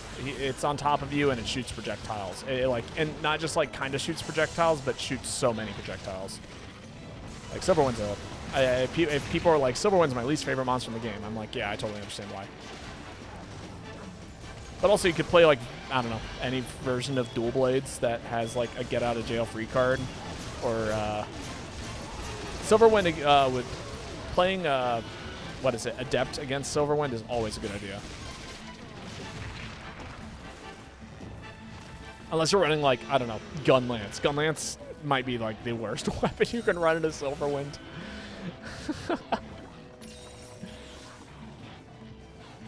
Not because it's objectively bad, but because it's just, it has a hard time approaching. And even if you're running Adept Gunlance, you're just spending all of your time blocking hits and having to struggle to get in, comparatively to other weapons.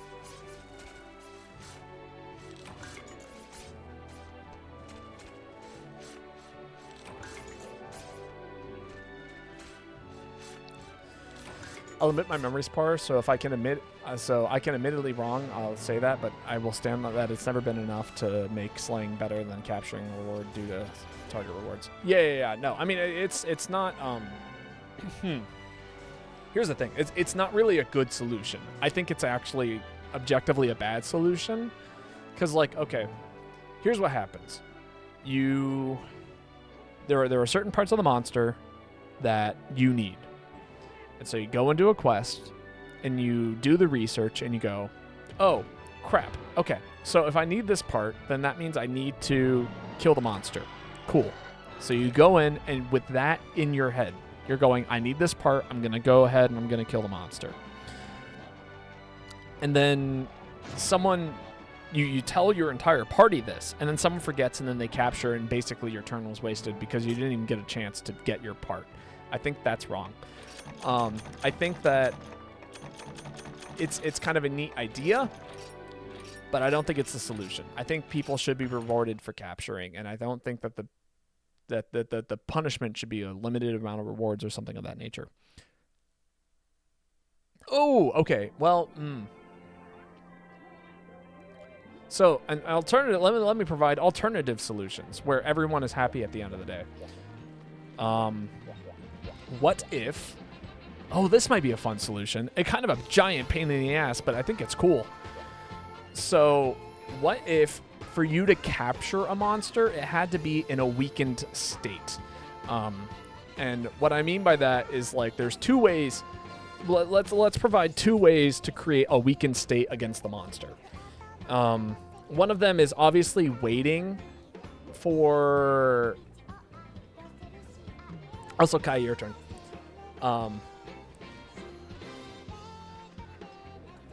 So let's say. Okay, there are two ways to create a weakened state. One of them is to make sure that the monster is not in a currently enraged state, right? So certain monsters have enraged states. They get angry. If they are angry, then you can't capture them. Cool. Problem solved. You know, Rajang already has this mechanic when it's angry and shocky and you can't use shock traps. Or maybe like certain traps are only effective in certain states. Cool. So that makes capturing inherently more difficult. Alternatively, what if you have to get a certain amount of part breaks in order for the capture signal to even show up in the first place? You know what I mean? So like, or not show up in the first place, but for the monster to become capturable. So you got one of two conditions. You either, one, have to wait until the monster is capturable via part breaks or something of that nature. Or two, you gotta wait, or no, you have to wait until the monster is in a calm state and at low enough health to be captured. Alternatively, if you get enough breaks, then it increases that threshold of which it can be captured, but it doesn't make it, immediately capturable. There are solutions. I think that this could be actually figured out. where it says actual numbers for drop rates, and I distinctly remember hunting a monster a few times being like, why didn't I get this part? It's a high drop rate, and it's a cap quest only monster. Now I'm pissed thinking about Wilds. There's one capture quest in the game on release. One fucking quest. Yeah. Now it's like not even thought of. And I think people were just so angry about it in Rise that it was kind of an afterthought for the devs. That would not surprise me. Belonga, huh? Let's run Striker Dual Blades. I feel like that'll be fun.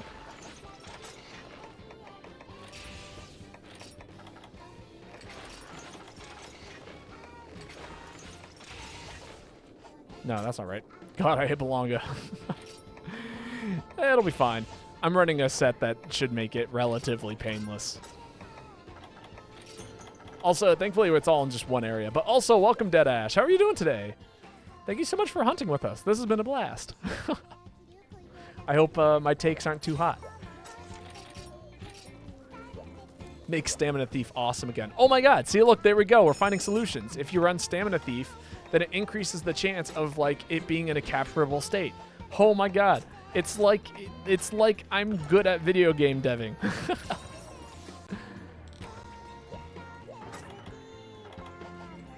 Was it specific drop rates? I think it was like, I like that first idea, but hear me out. It needs to be stamina drained. I think stamina drain should play a better role in it, but I don't think it's like, I don't think you need to have stamina drain to make it happen. Unfortunately, there's too few ways of proccing stamina drain in this game. It's like KO, but like alternative KO, and it's not really signaled in any kind of way, or you got to run exhaust on things, which is also kind of a pain in the ass. Capping is too damn easy in Rise.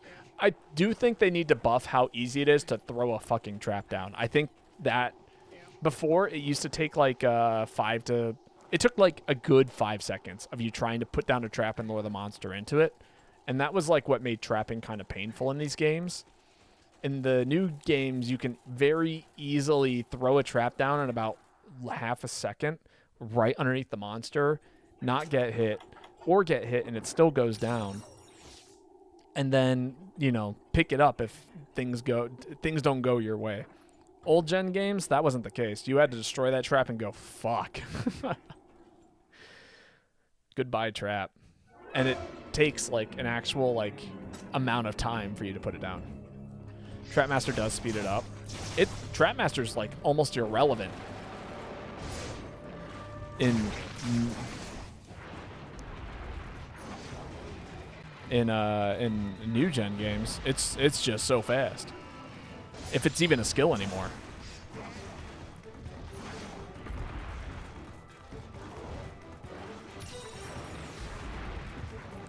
Doesn't Rise work exactly like all the other games work with capping, where you get it weak and running back to its nest? And then Rise had to rarely see the skull map. It did, yeah. But I mean, like the way that they tried to fix that was again by adjusting damage numbers or rewards as to whether or not you got them based on whether you capped or killed.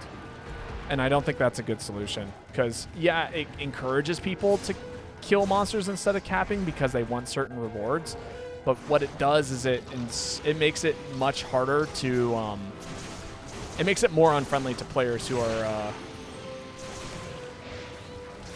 wanting to get the capture stuff, so that becomes problematic.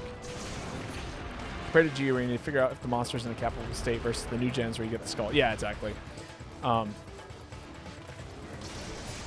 But I do think, so here's the thing, right? I like the idea of certain rewards being better if you choose to cap the monster. I think that's actually a fine idea. Like, I want capping to be a rewarded, like, people should be rewarded for going for the cap and making that happen, you know?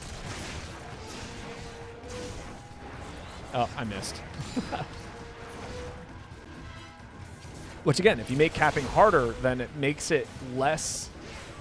People won't attempt it nearly as often. Oh, it's going to the... God damn it. I'm just going to... You guys hang out here. I'm just going to cap the monster and we'll call it a day. This is a good moment for a cap. I'll throw down a trap and the other monster will show up shortly. By the way, I just got griefed by max players, so I'm going to change the deviant. So who should I fight instead of Dread Queen? It has to be either low or high rank. I think the easiest monster to fight is... Honestly, I love Malfestio. I think Malfestio is a great hunt.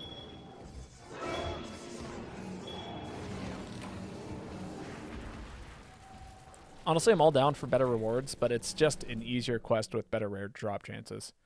Yeah, exactly. That's the problem, is that capping is too easy. It was hard in the old games, and yeah, you got better rewards for it sometimes. But yeah, well, in GU, it's just different statistics. So, like, you have better chances of getting this reward versus hunting the monster, which you have better chances for getting the other reward. But, well, yeah, whatever. Malfestio is G rank. Oh, you're right. My bad. I forget what my options are. I mean, Silverwind's super cool, and its armor set actually levels up in kind of a unique way as you raise it higher and higher because you get, like, better dodge mechanics. But also that fight is kind of a pain, so, you know, do what you will with that information.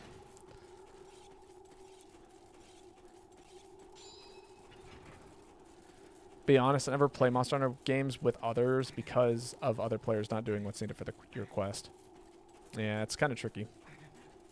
I think capping should just let you get better chance drops for certain drops. Yeah, no, exactly. Like, if you need a, let's say you need a mantle or something like that, I think it's perfectly fine for you to increase your chances of a mantle by capping the monster. But again, I think that capping should be more difficult than it currently is in the new gen games.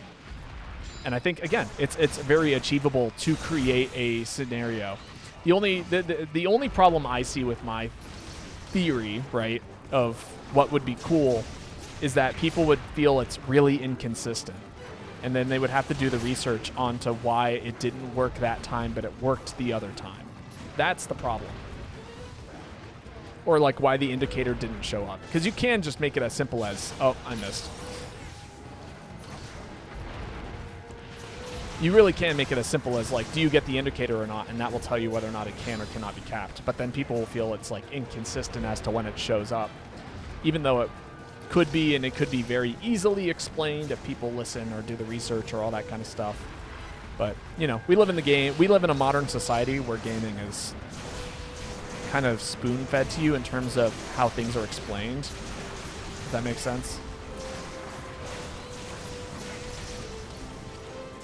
So, between Silverwind or Thunderlord? Ooh, Thunderlord's also really cool.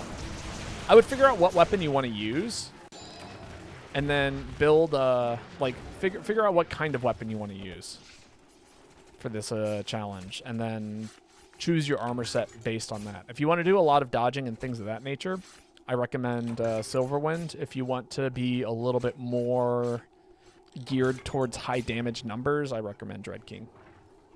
I can't read. Bitches can't read. I can never read. Dual Blade or Sword and Shield? Yeah, go with you go with Silverwind. It'll be a pain, but it's the process is really fun. The thing with capping is players need to communicate and cooperate, and if they don't, of course, you don't cap. That's a problem with the game, and that's a problem with the players. Therefore, the players should be able to fix that themselves. I agree with that. We are the bitches. Always have been.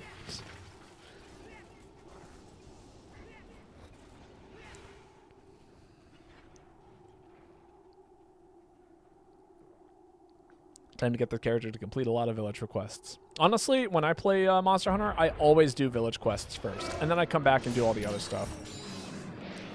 I got that dodge.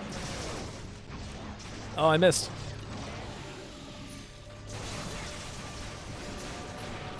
Oh, no.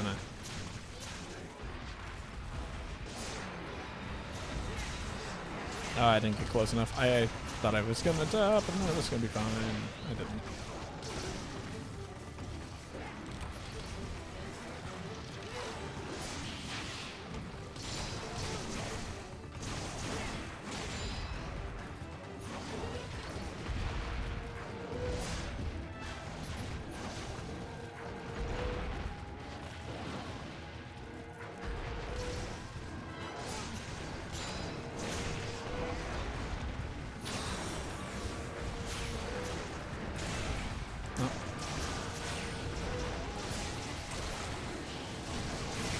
Oh, I got a connection. I was not expecting that. Ooh, nice.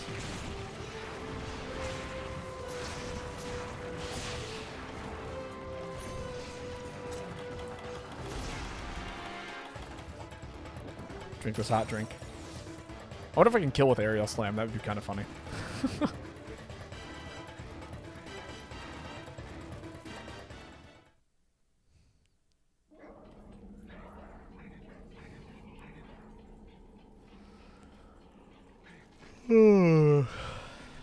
The big yawn.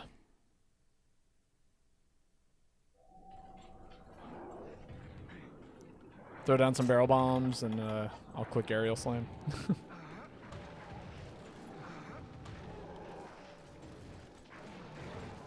All right, let's see if it reaches.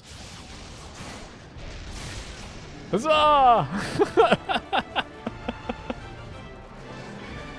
Oh, aerial slam's so funny. It's like so incredibly stupid.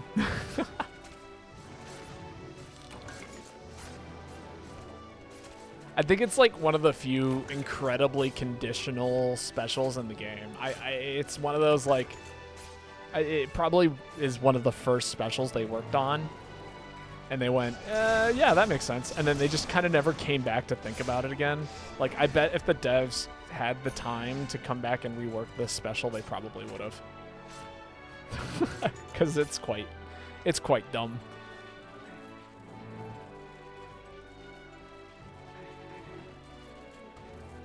Although I guess it is slow enough. That's like the kind of the nice part about it, right? Or no, not slow enough. It's small enough. You can click it a lot if you don't make it an SPR. So when the opportunity presents itself to be good, it is quite good.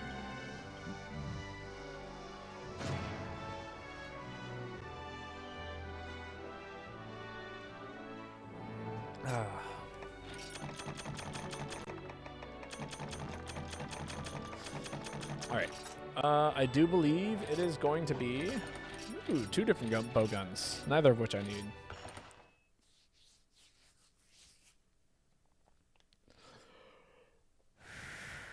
Oh, it's getting cold in here.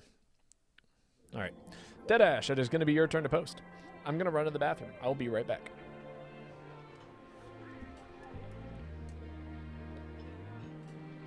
But you guys get to hang out with the dog for a little while. So enjoy that.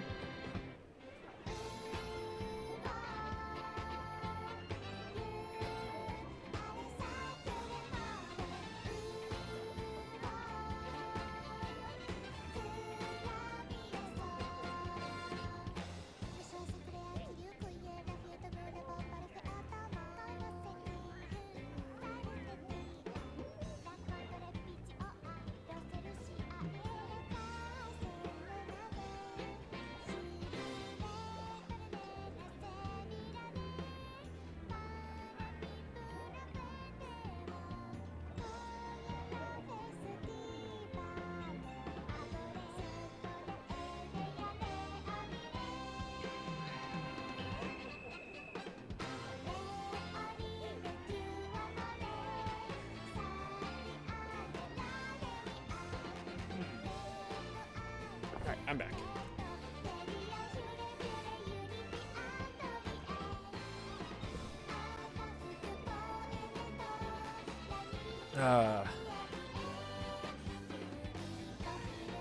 I'm just remembering a situation that happened a while back. Sorry, one sec. No worries. We got time. Time is the one thing I've got right now. For now. No, so I'm reading back the chat and I'm seeing Guy being like, "We are bitches." there was a point in time when I went by a different name, not on the internet, but with a different group of friends. That's gonna have to be the last one. I have the urge to ride my electric bike or my electric skateboard, even though it's 49. It feels like 35 outside. It is freezing cold outside. I agree, but yeah, go have fun. Absolutely. I'll probably be doing some riding this weekend myself on my road bike because that's something I like to do in my free time.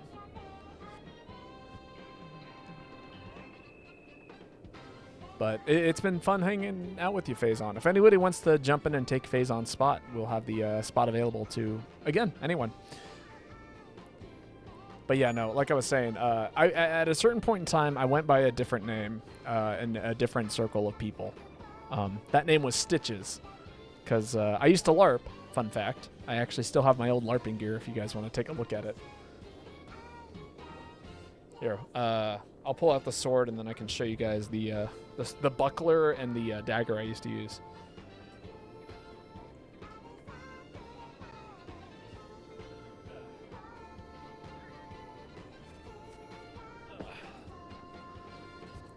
Where the bitch is at. I know we live in the same state, so don't you just love our weather? It is a time and a half. But yeah, this is my old tried and true, super lightweight gear that I acquired after a few years. It's very, very nice and fun and lightweight. Wonderful. Got a nice pokey tip. And the handle's all nice and made of fabric and stuff. And then as for my buckler and my dagger, you guys get to have the world's smallest tour of my room for a second here.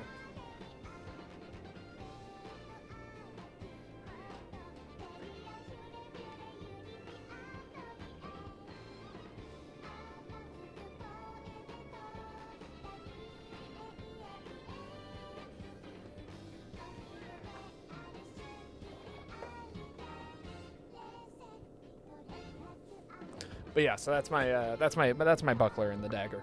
So I used to fight with all three of those and do fun things.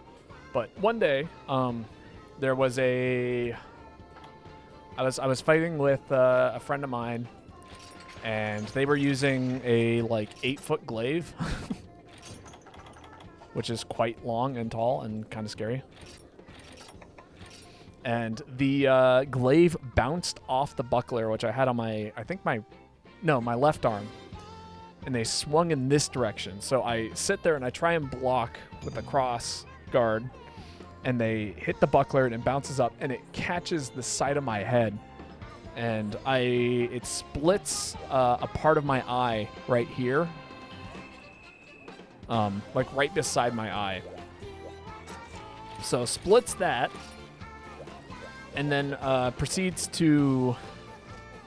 And then I walked away with a pretty non-mild concussion, and I had to go to the doctor. Or I had to go to the ER and get stitches. So I actually still have a small scar right here above my eye, and I got the name Stitches. And then for like the last year that I spent in that city, there was a few fighters that whenever I was in charge of like leading a group of people, they were like Stitches bitches. So there was a small entourage of the Stitches bitches that, you know, it's chaotic and fought. Bro's got a tempered wound. Indeed. It was a good time.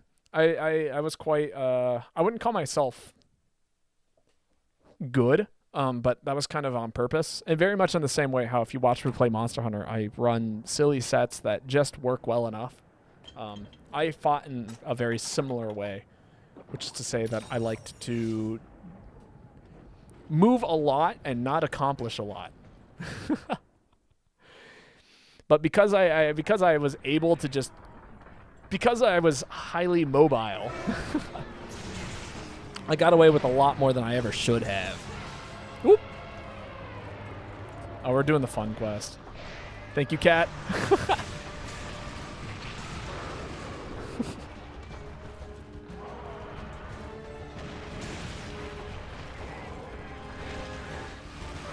Oh my god, it pulled me in such a bizarre way.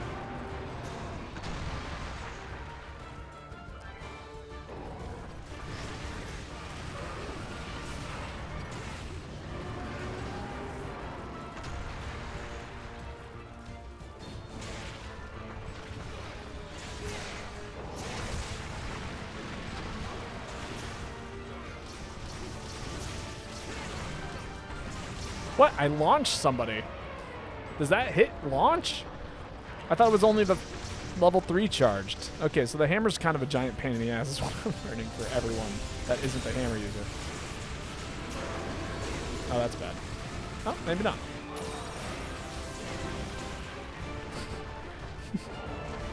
Nami overhead swinging Kai from the top rope.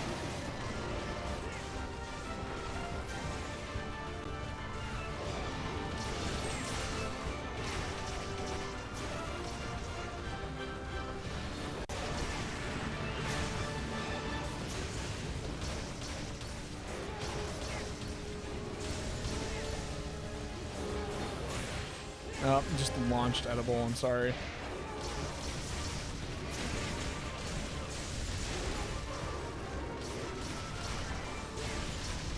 Can I get this mount?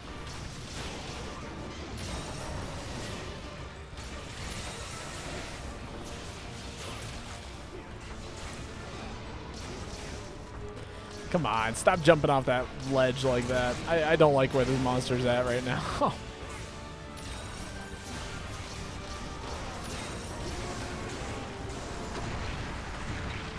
Ow.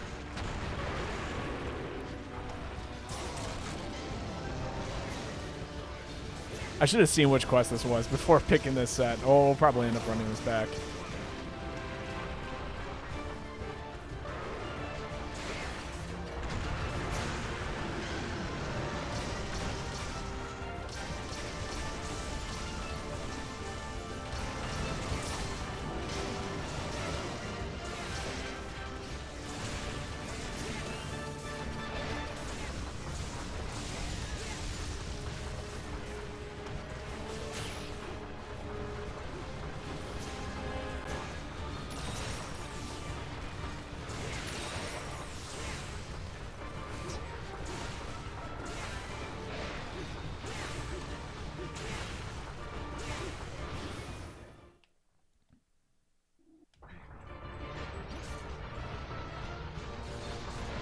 Oh my god, I just missed. Just love this speed up walk more than anything. It is funny. It's very cute.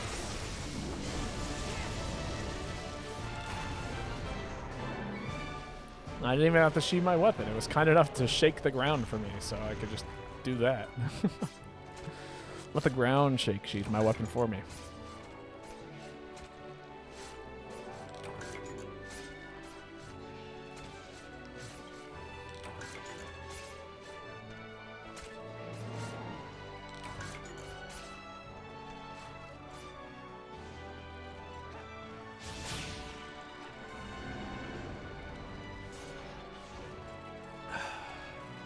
Good tea. Wonderful tea.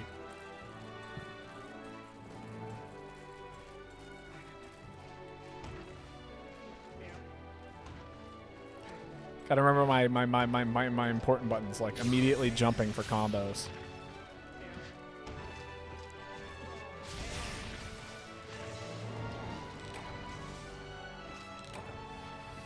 It's an important skill to be able to use your environment to your advantage.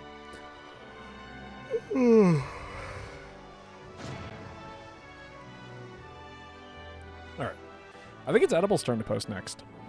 If they're in the chat. If they are not, then I will ping them in the game. Both of those are meh.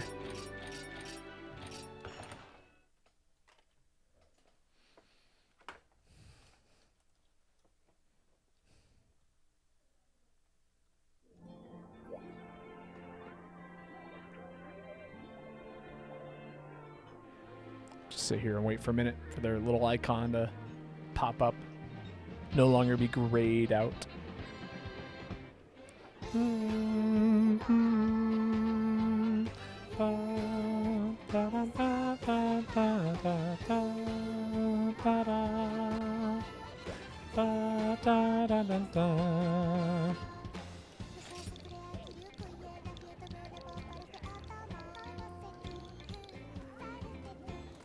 There we go.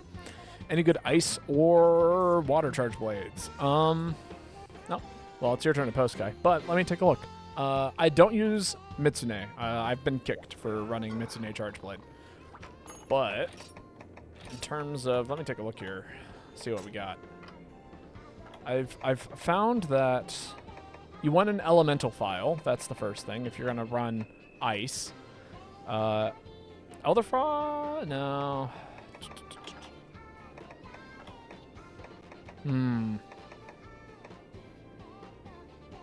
Saltice doesn't look too bad for water. And then does Baroth have anything good? No, it doesn't actually. Does Baroth even have a charged blade? That's crazy. Yeah, I don't need Lucy's disapproval. Yeah, exactly.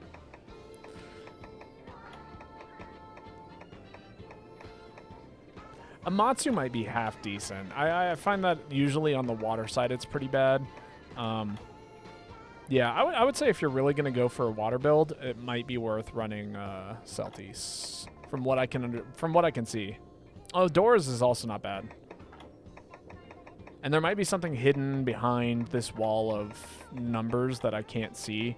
You know, this game has that hilarious detail where it doesn't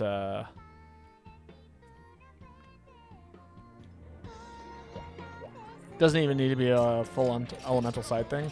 Okay, in that case, I would say if you run Elder Frost as a blunt build, that one's actually pretty solid. But you have to, it has to be a blunt build first. You know what I mean? So keep that in mind.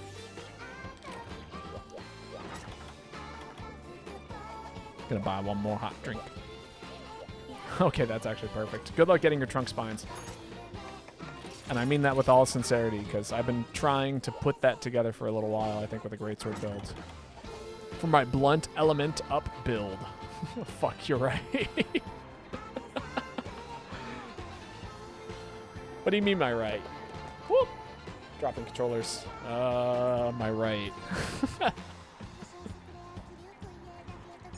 That's right. I actually also need Elder Frost things. So if you end up posting that, great. It works out.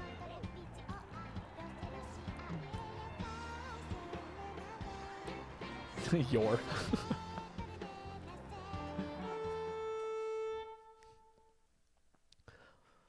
I'm such an off-meta build enjoyer, high key. No, same, absolutely. I think that this game loans itself to being the most fun when you're doing off-build stuff. Just because there's so much potential within the off-build meta. And like unfortunately, this is the unfortunate truth of GU, is that the meta builds are almost all identical. Outside of like, I would say there's maybe 3 different kinds of builds, right? You've got like your crit build, you've got your blunt build, and then you've got your negative affinity build, which is also kind of a side of like, and I guess, and your elemental builds, right? But that's not a whole lot to go off of. Like, I'm running an aerial hammer paralysis build with the possibility of doing all 3 of the things, which maybe it'll do. It's usually pretty bad at doing some things. I did get them out, though, which tells me that this is maybe high rank, which is fine. Oh, what do you mean I whiffed?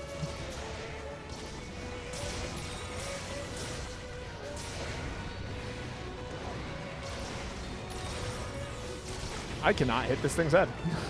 Oh yeah, this is definitely like maybe high rank. Oh, yeah, or maybe even low rank. Yeah, because we're counting the accolades. Right.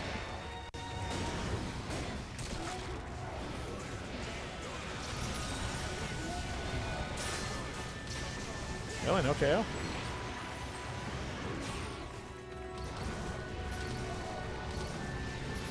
I'm deadass trying to make the most fuck-ass weapons work.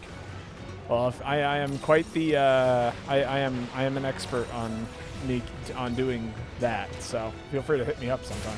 If you're ever looking for ideas, or you wanna see if there's something to be done there. I've literally got a couple of channel point rewards that are just, hey, make me play this weapon, make me play this style, make me play both at the same time.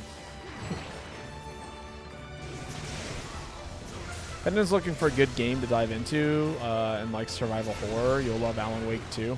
Oh, you know what? I've heard about it, because Phasmophobia has a update crossover event with Alan's Wake.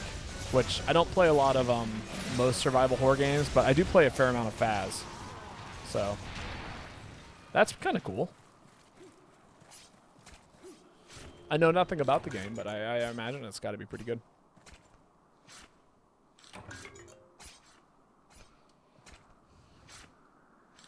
Also, fun fact about channel point rewards, they are perfectly free. You just earn them by hanging out with us. So hopefully if you're having a good time here, it's, you know, just a free currency that you get to play around with.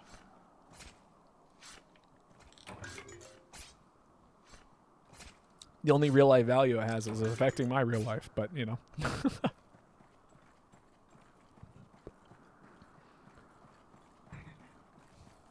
That is the fun in it. I hope in one of these Monster Hunters they let you make your own quests with locations and monsters by spending some kind of points. I've never seen this map, and I wish there were more quests with it. Yeah, this is kind of one of the few ones. I think there's like a double Nursilla quest. There's this one, obviously. I want to say I've seen Zinogre here, maybe. But yeah, the arena is a pretty bizarre area, to say the least. Get down here, Jane. I want to fight you. On my ground. Don't make me come up there. You're making me come up there. Just gotta, there we go. The next Goofy I build well as a Alchemy Chaotic Gore light bowgun. Interesting.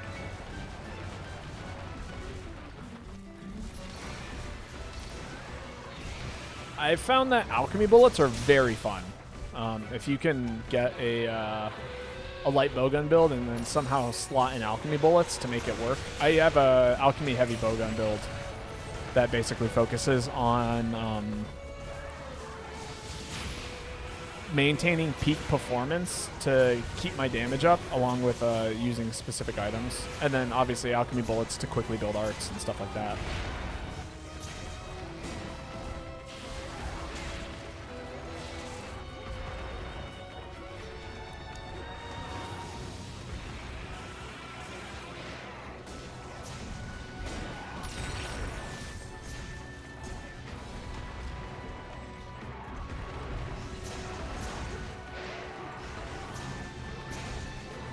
See if we can land the spinning meteor next. Get this KO here.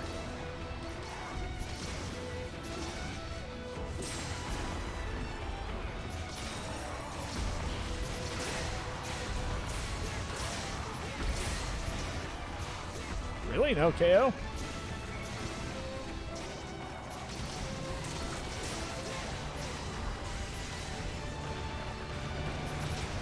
Ah, nice.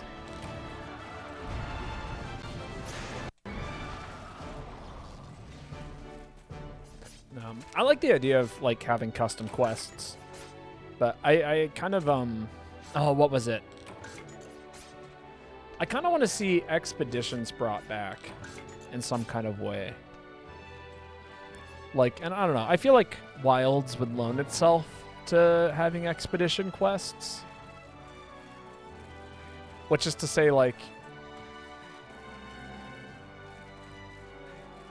I don't know, you join a group of people and you can, like, actually do full world, like, exploration and just hunt whatever the map has. Which I guess it almost does it well. It's so close. Maybe if they port to you, they should add custom quests because this game has so many variables you can put in it. I mean, that would be cool. I think that'd be neat, but I don't know. It's,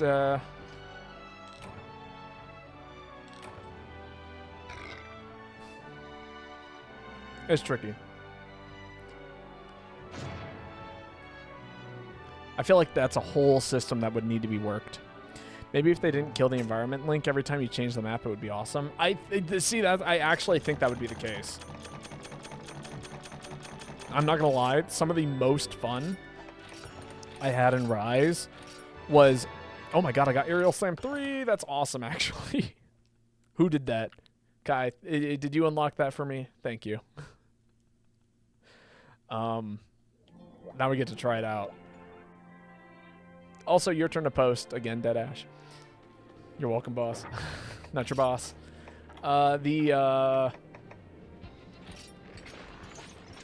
but still appreciated. What's the deal? Allows landing a hit allows you to fly even higher up in the air for a follow-up drop attack. Wow, interesting. I want to see how high we get.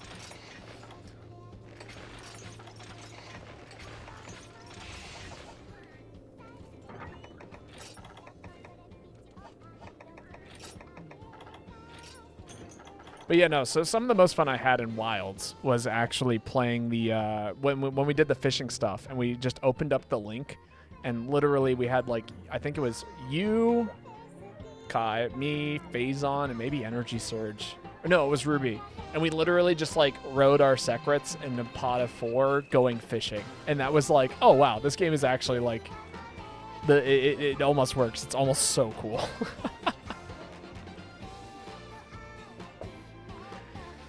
Highlights of Monster Hunter Rise. Wilds, not Rise, Wilds, the other one. Yo, Yuka, welcome in. How are you doing today? Let me give you a quick shout out. For those of you who haven't followed Yuka, another wonderful Monster Hunter streamer. Always floating around the internet, doing wonderful, wonderful things. How was it going? How was your stream? Oh, and Angry Chair is here, also from Yuka's channel, Hella, which also a wonderful streamer. If you guys haven't followed Angry Chair. And Deadash, thank you for the follow. That means a lot. Wildheart didn't kill the party every time you change the map. Oh, God, it's so sad. It was this close to perfection. Well, you know, it's got a long way to go, but the ideas were there. I think that's the most upsetting thing about Wilds is that there's just so much potential sitting in that game. But I'm not gonna go crazy. Wildheart's talk Bible thump.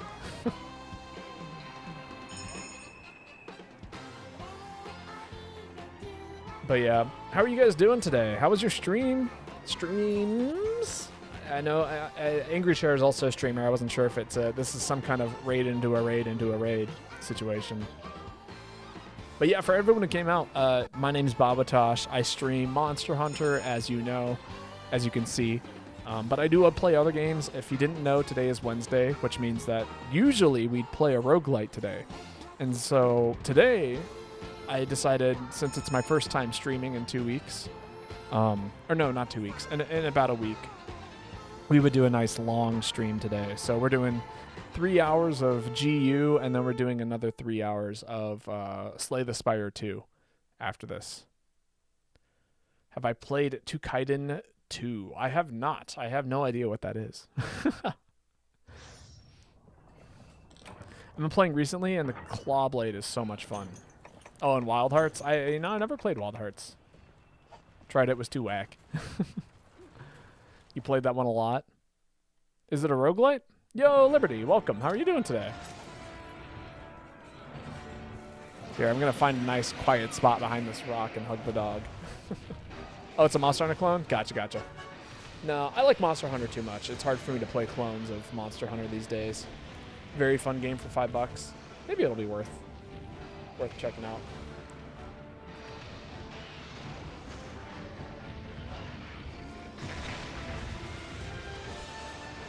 Did you hit me through the rock? You jerk. I'm alright. That's good to hear. Oh, how was your show last night? You went and saw Hamlet, didn't you? Or no, Hamilton. Not Hamlet. Got him.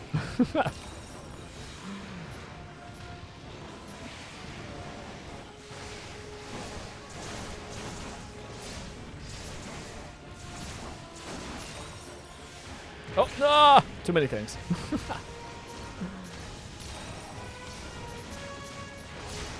Oh, what am I doing here? I need to heal. It's great. Very different from the other 2 times you've seen it. My cousins and aunt and uncle had a great time. Love to hear it. God, I wish Open Zone and Todekken 2 was an awesome idea. Oh no, the Open Zone in Todekken. I have no idea what this is. Apparently there's a Monster Hunter clone that's at least half decent, which is kind of cool to hear.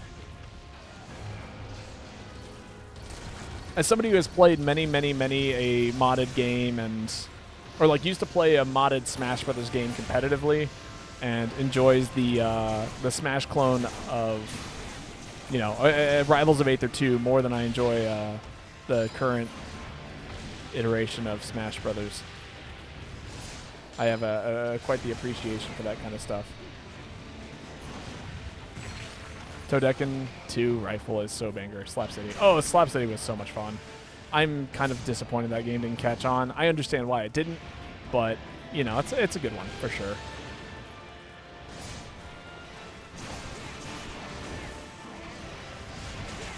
Whoop.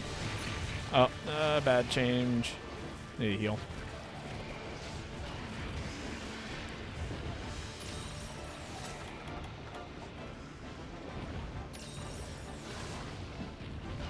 No, I did play myself a hand, quite a bit of Medicine Girl when the game first came out, but I haven't seen where it's gone in quite some time. Oh, scary!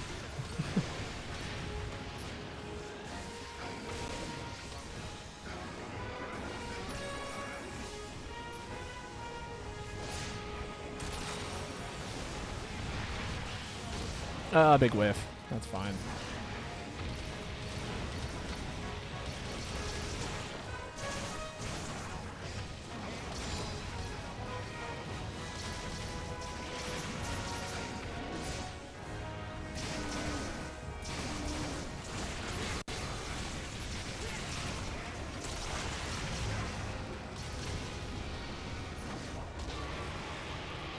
Alright, this is it. This is aerial slam time. Oh, maybe. No! What do you mean? I dashed straight through him. Oh, that's sad.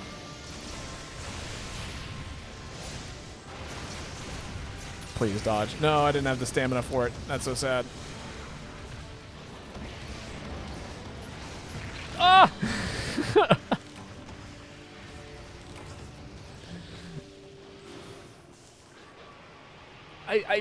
Am I crazy? I feel like because I was on the edge of the map, the fireball took a weird path.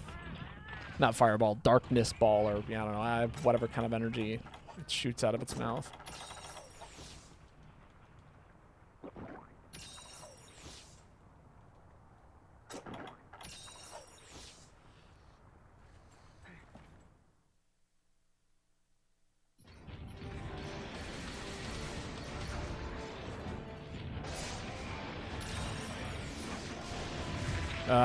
Okay. We're rusty. That's okay. We're allowed to be rusty. I can't see a damn thing. I don't know why. I feel like I'm blind.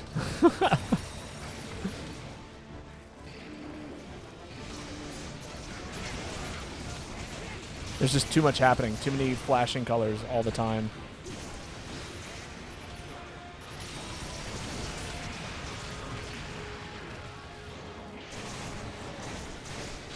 I'm remembering why I don't usually play dual blades. It's just such a scrambly little weapon.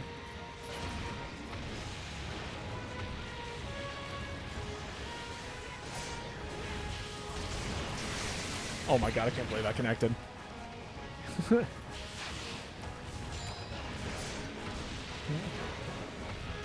I wouldn't call it the ADHD weapon. It's like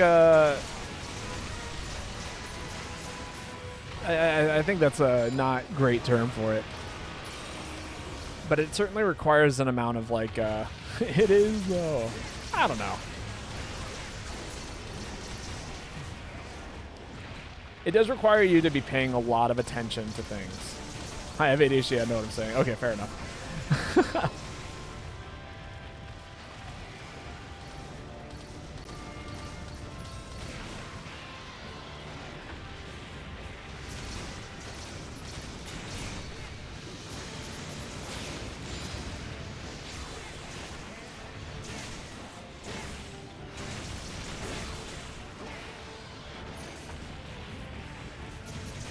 Alright, let's see if we can get this aerial sling to land this time around. Oh, that's a ledge.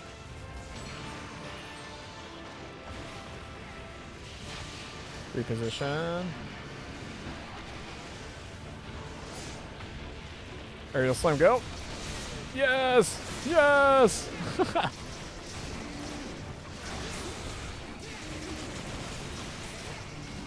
Unironically, a good move.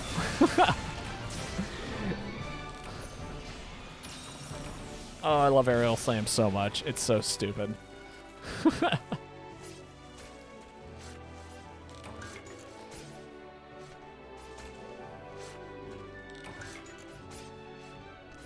The thing is like I think that the challenging part of dual blades is knowing what's going on.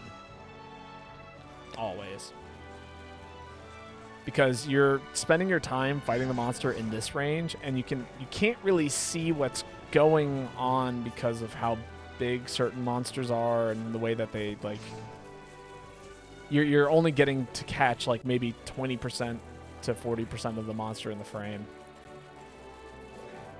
I think dual blades is more of an anime weapon than longsword. You just say that because it's got this as a dash, and I think both are anime weapons for sure. If you ever get tired of Geo in the future, all of the Monster Hunter clones pull from old gen, and they're all really good. That's good to hear.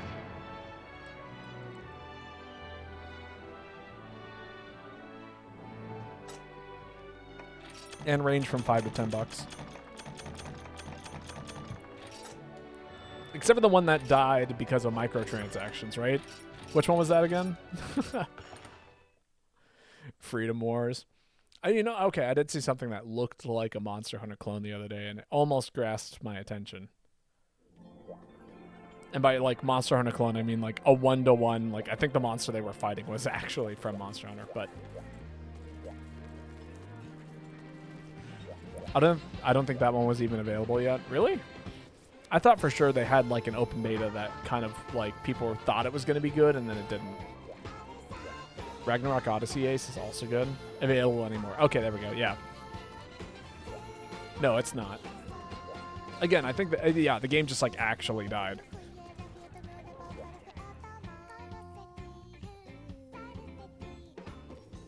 You know, let's run this weapon on its base set. The original intent of this weapon.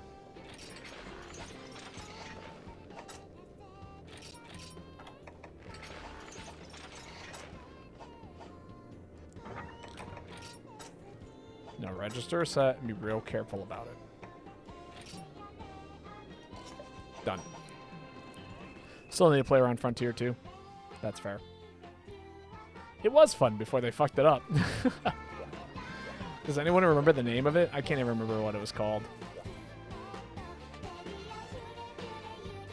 Alright, who posted that? Was that Kai, was that you, or was that it? Dauntless? That was it.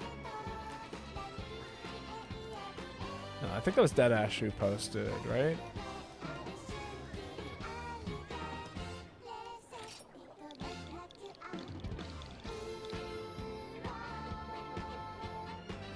That's not an A. That's an E.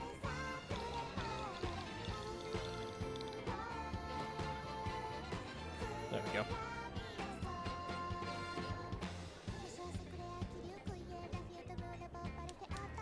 Frontiers. Yeah. All right, Kai, your turn. Is that excitement for Frontiers, or is that 3 Z's as in like Frontiers makes you sleepy? What are they gonna add? The magnet spike and Tonfas to base? Oh, that would be cool. I would like to see new weapons. God. Everyone talks about it. I know what weapon I want. I've described it so many times, the ideal weapon type for me. But, you know, isn't that the name for it in Korea? Oh, I have no clue. I know nothing about Frontiers.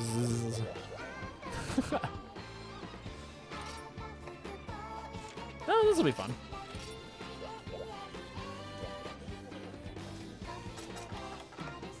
Something like that. No.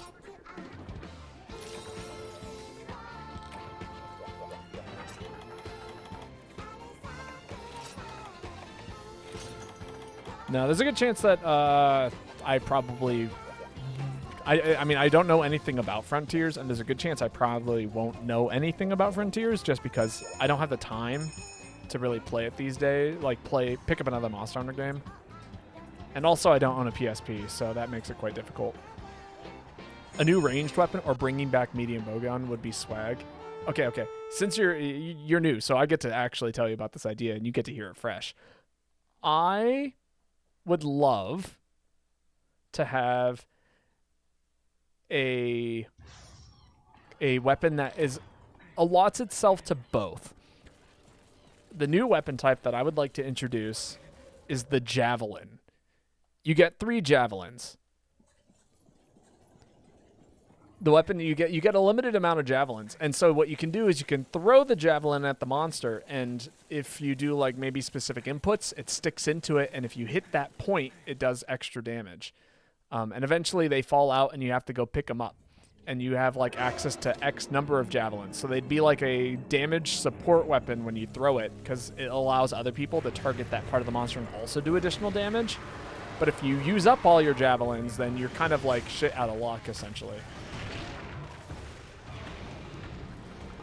And so it functions as a ranged weapon, but then you also get like a set amount of like projectiles that you're allowed to throw at the monster.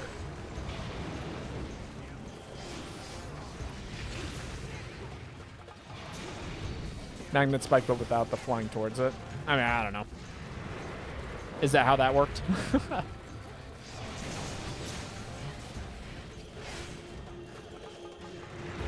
Oh, didn't target me.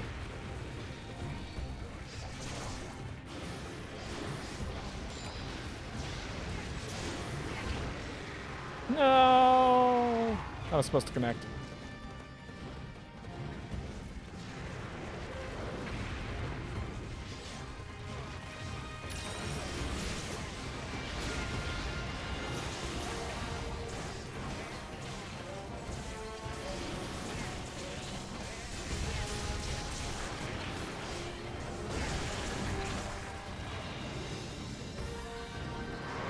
It was fucking jank.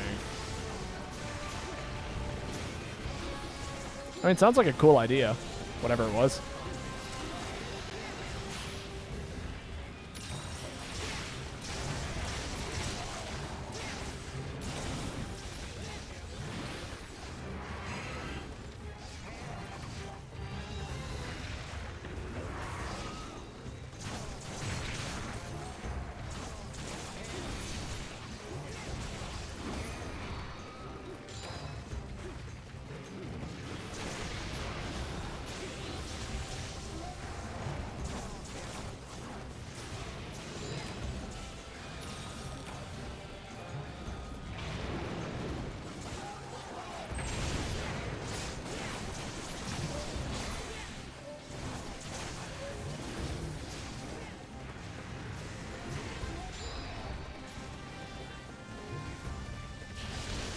No, not aerial slam. I got absolutely.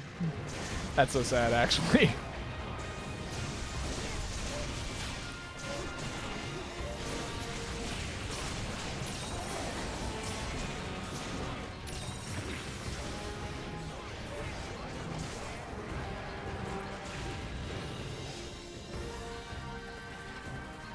Oh, I forgot how cool Valor Dual Blades is. It's actually just such a cool weapon.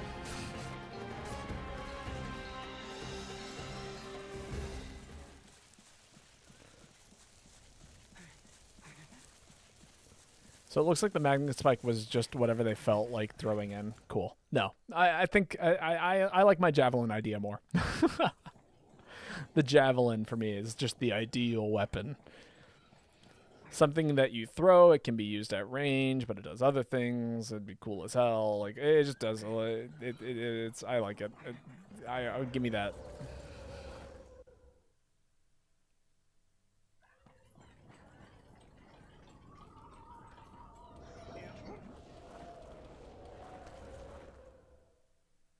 Oh yeah, I have no doubt in my mind that it's going to be similar, but.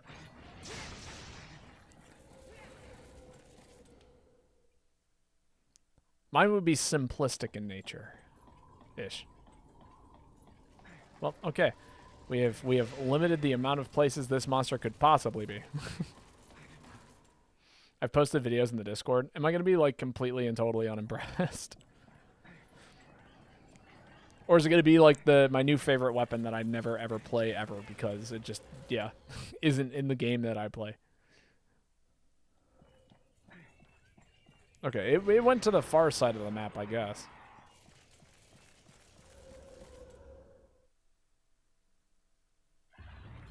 There we are. I don't know why everyone was following me. They should have followed the maxed out hunter. They knew what they were doing.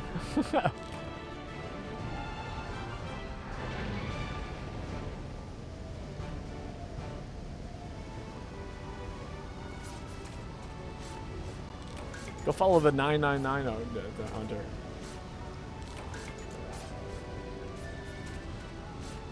It's like the Joker back air with Monster Hunter weapons. Do people still complain about Joker back air and Ultimate? That doesn't sound right. I feel like Joker's fine. Joker's a perfectly okay character.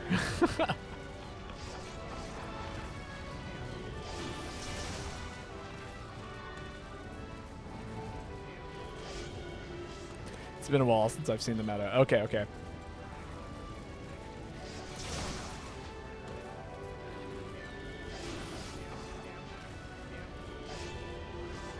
We could call it the Steve Jer of the meta.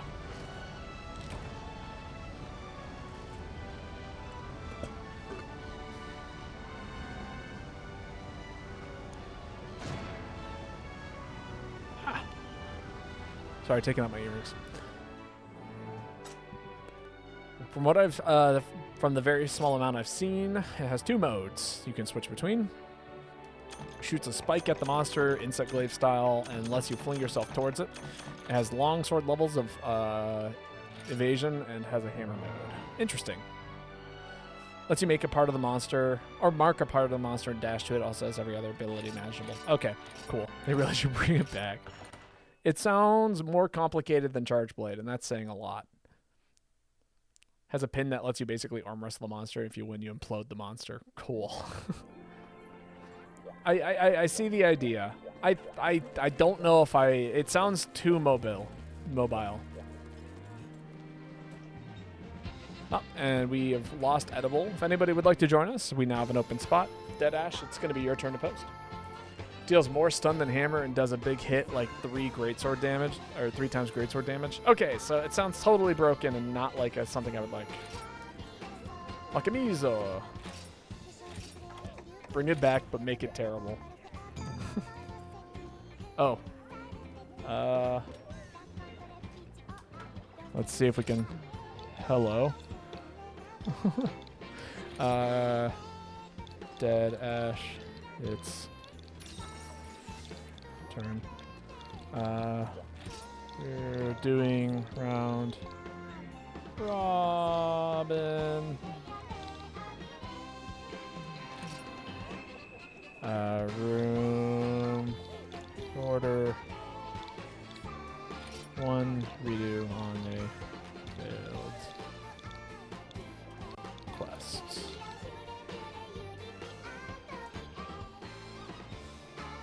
Go ahead and post that, Ash. If Makamizo catches on, great. If they don't, they'll probably leave. And if they don't catch on, I'll just ban them or kick them. Bring it back, make it so. It's basically 4 weapons in one. According to the short linked in the Discord, it's capable of killing a monster with 1 million HP in 5 minutes. That's hilarious. Hey, look at that. We communicated, we did the thing, now we're all hanging out and having a good time. Huzzah! I love that.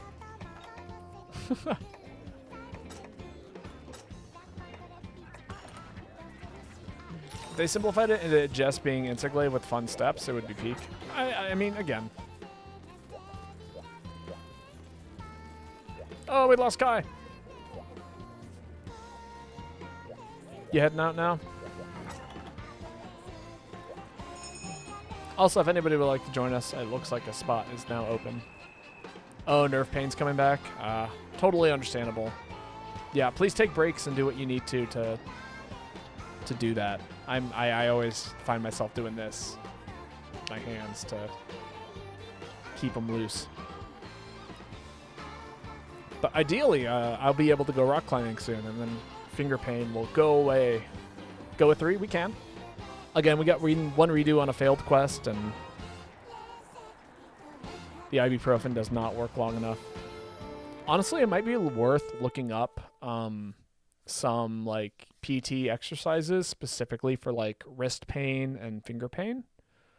Because you could like it could just be something of that nature where if you just do the exercises every day, the pain will go away. I had a pretty terrible roll of my ankle back in 2021, 2022. One of those 2 years, right around February. It's in my leg along the entire calf. Actually, let's abandon and go grab Frog. We can do this with 4 people.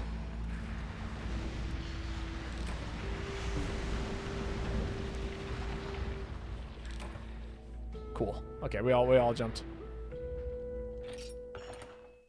No, but I'm getting ultrasound tomorrow morning. Good. Good. We like to hear that. No, we lost Frog.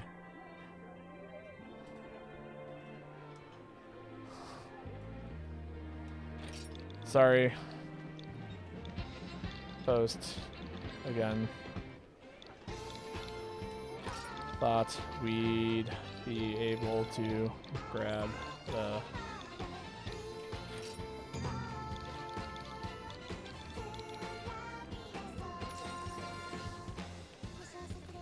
yeah, hoping it's not terrible for you as well. I was gonna say, I've got a friend of mine is currently experiencing some hip pain, and I'm hoping that they get to go. They've gotten it checked out, and hopefully it's going away soonish.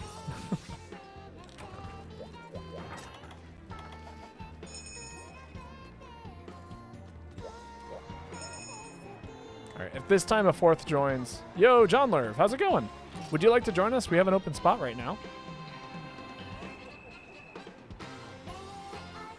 Also remind me, you stream, right? I swear I see your name pop up as a notification every once in a while, because I'm pretty sure I follow you. Snap, give me a moment. Hella.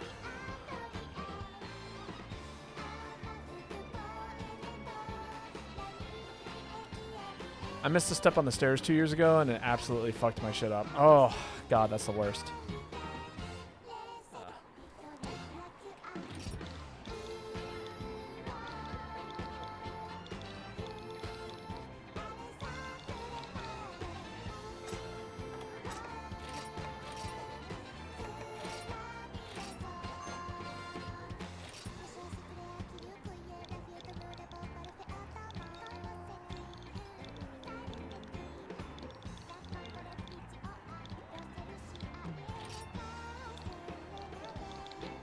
There we go. 2 years ago? Goddamn, man. Praying it's nothing chronic. Yeah, no, same.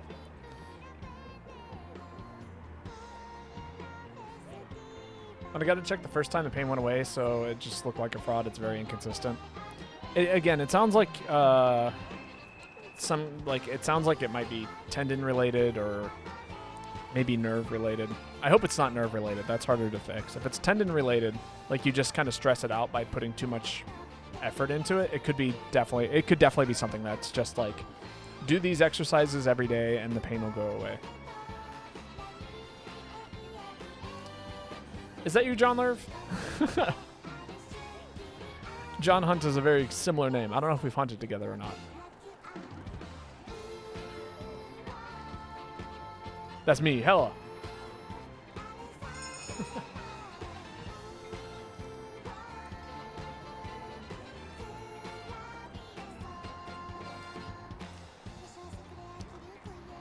Also, for anybody coming over, or for anybody who's coming in just now, we're going to be doing some Slay the Spire after when 7 o'clock hits. So I think we got maybe 2 or 3 more hunts in me before we switch games.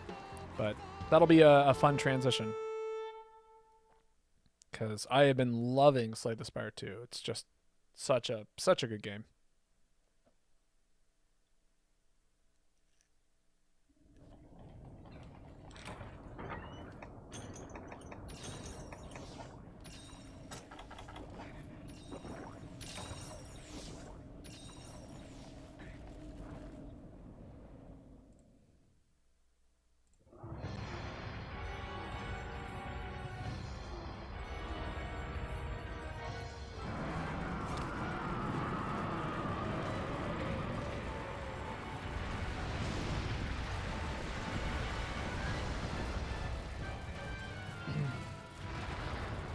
It's probably the 10. It did happen around the time I was weightlifting.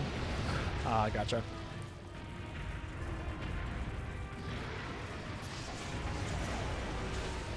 Can I go in here? I can. Look at that.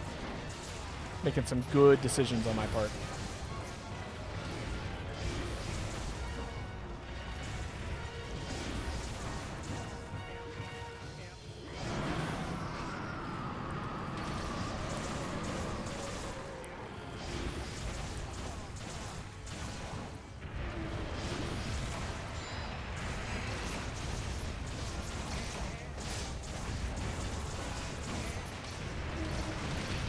Ah.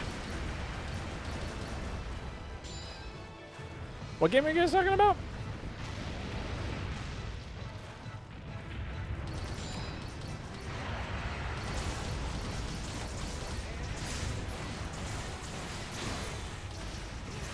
Oh, Slay the Spire 2. Yeah, no, it's going to be a minute. It's very open access kind of beta kind of situation it's in.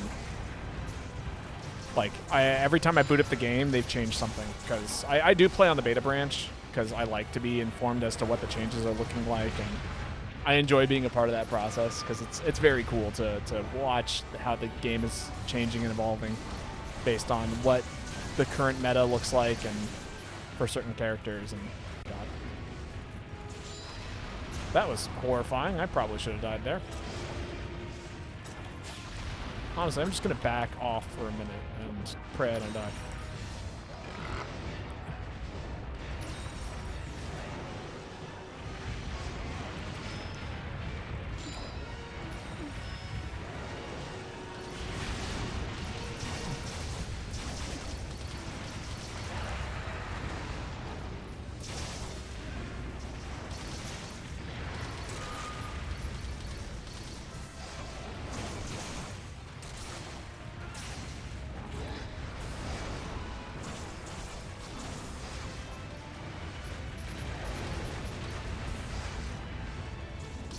Man, I'm just hitting none of these buttons.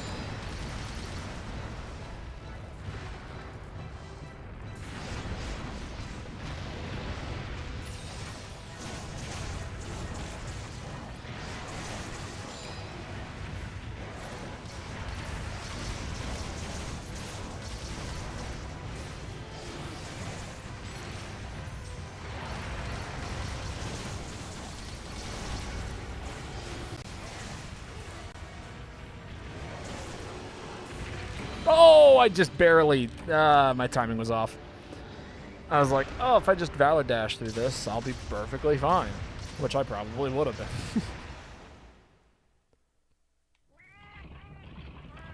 Damn.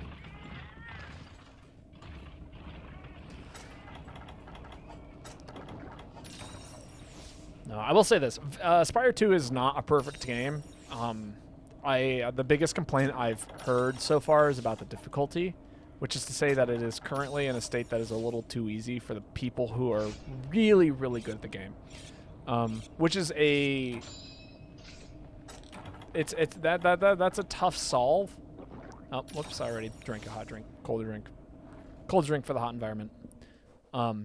It's a tough solve because, like, obviously people feel frustrated about the. Some people have found the game to be. Oh, geez. Oh, go faster. Sorry, I had to burn an aerial slam to get out of that situation.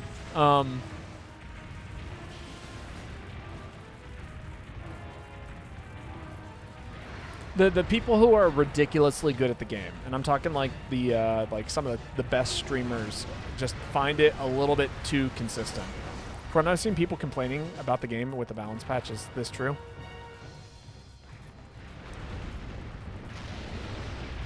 No, not at all. It's. I mean, yeah, it's the same game. You know, it's the deck building roguelike game. But I wouldn't call it the same game in regards to like, oh, it's just Slay the Spire 1, but with a balance patch. No, it's not that. It's got new relics and new cards and new characters and new bosses, and they're trying to make it so like there are aspects of the game that aren't there yet, but they're gonna try and put in like branching paths and different like ways that you can approach Act 2 and 3, so like it's gonna be, yeah, it's Slay the Spire, but it's Slay the Spire with like 3 times the amount of content and mechanically different. There's also multiplayer, yeah, which is also great, which I know a lot of people are like, oh, well, just play the mod and Slay the Spire 1, which, yeah, it's inspired off of that, but aren't you excited to play the native version that the devs are, like, working to make work well? You know, the same devs that have put together that entire base first game, like...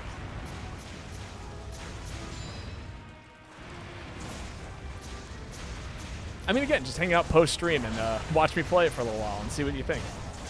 And then you can make your own rational decision based on what you see of the gameplay, because I'm going to do my best to not be biased in any kind of way.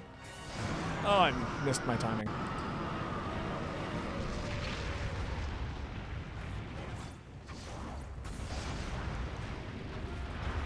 If you liked Slay the Spire 1, you are going to like Slay the Spire 2. Let me put it that way. It is, yes, it is essentially the same game in terms of mechanics and all that stuff. It is a very different game in regards to, oh, I didn't quite reach. In terms of the amount of content that there just is for it.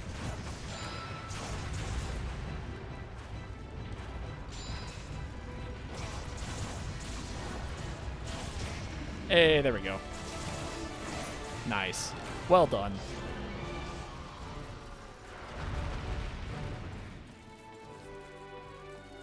I carded on the finish. It happens to the best of us. Love Slay the Spire 2. Hello, Lady Grima. Welcome.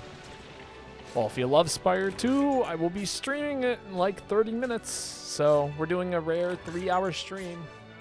I usually don't do those because I don't have the energy to burn on 3 hours or 6 hours. But I've been doing nothing but laying in my bed for a week. So, you know, and working. So I'm ready to just hang out and play games with y'all.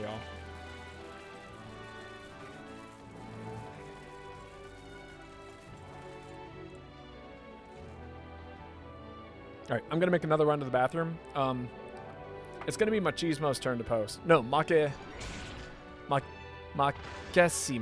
Yeah, Makesimo's turn to post after this. So, hopefully, I don't know if they're in chat. I'll actually wait to type it in. But how are you doing today, Lady Grima?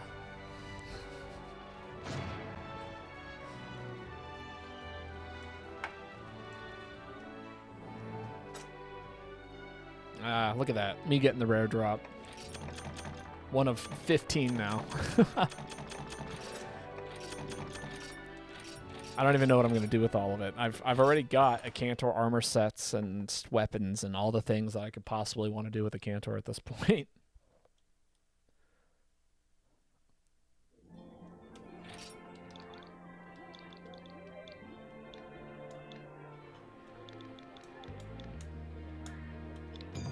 Okay, they're on it. All right, I'm going to run to the bathroom.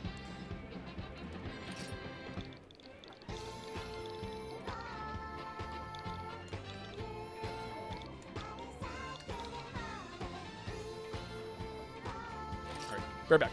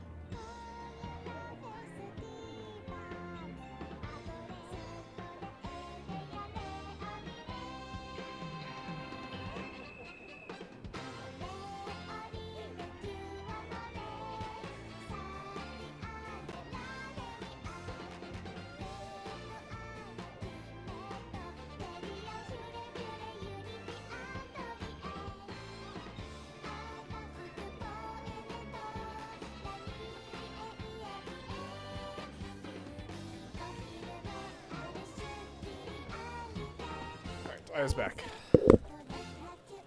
Look at me being well hydrated and all that good stuff.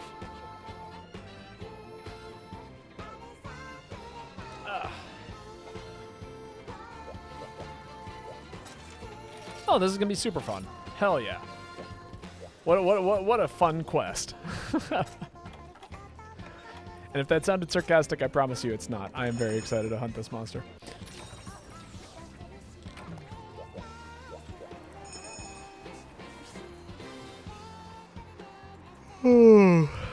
Man.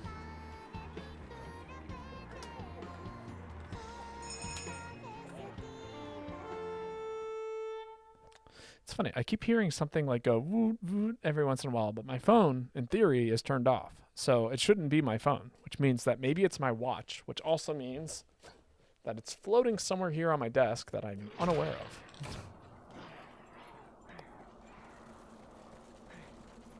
Also, hell yeah, spawning right next to the monster. Wonderful.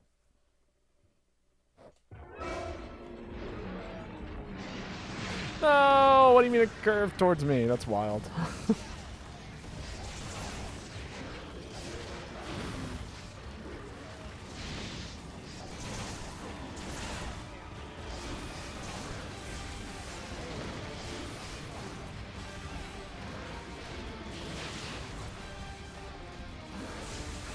Oh, jeez. Getting hit by hyper moves is...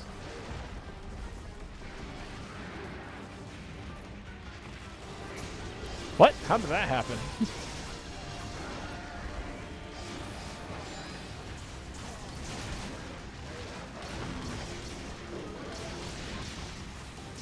Thank you, Bubbly Dance. Goodbye, Bubbly Dance.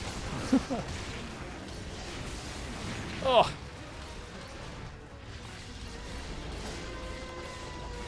Yeah, I'm just gonna sit here and let him explode, I guess. Oh, never mind. Appreciate the heal.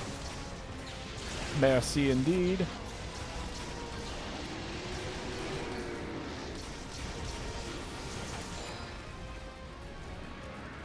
Get out of there. I'm not fighting you there. I refuse.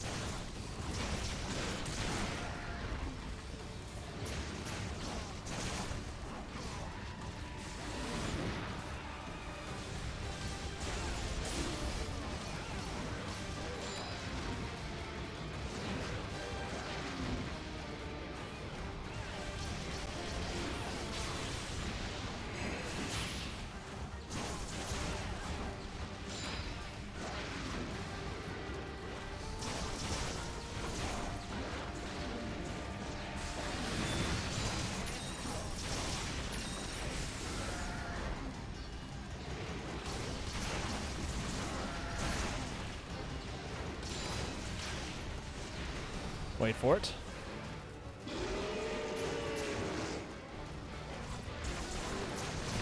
Ow. Aerial slam level 3! Go. Oh, did it hit? Or did he twist his body out of the way?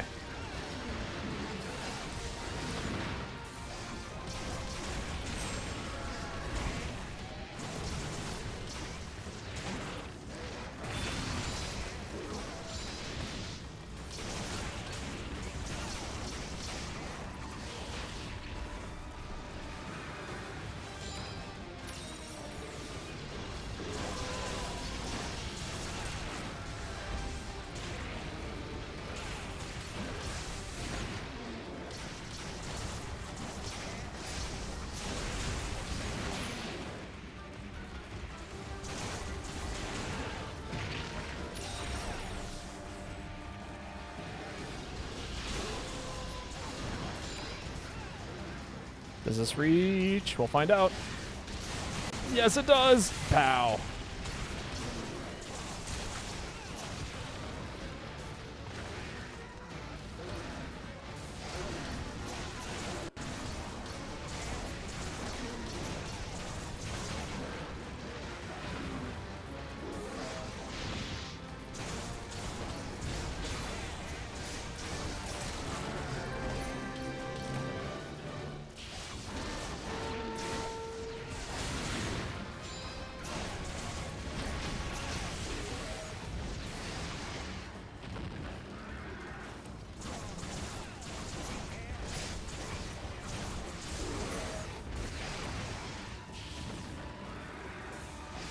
Happens to the best of us.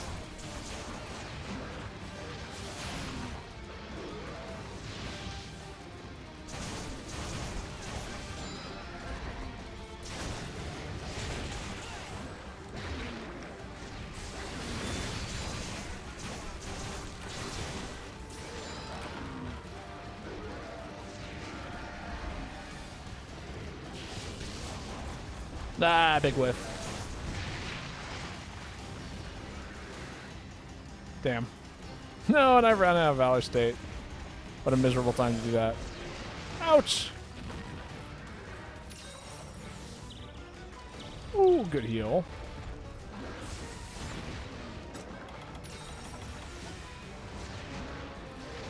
Alright, I'm not being targeted at all. For now. For now. Okay, good.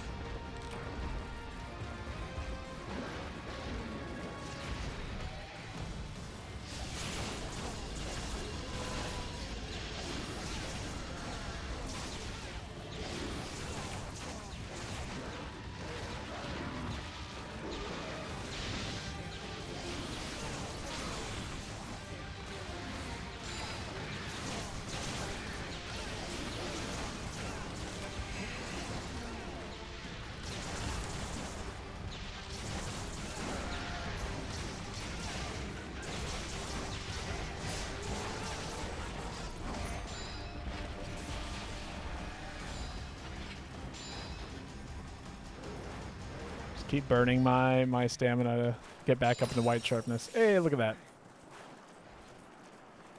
This weapon has such good fast dodges, specifically for like what is this called? Not sheath sharpen, the other kind of sharpening. Blade scale hone, there we go. So good for that. So just a nice little blade scale hone. Ah, ha, ha, ha! Aerial slam, go! Oh, it's so good. Thank you again, Kai, for posting the quest that unlocks the third version of this. I'm a maxed out hunter without all of the specials.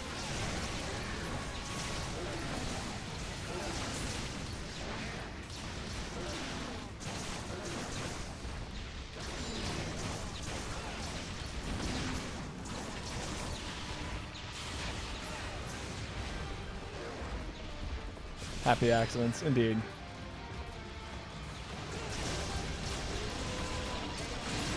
Ah, I thought I could break him first.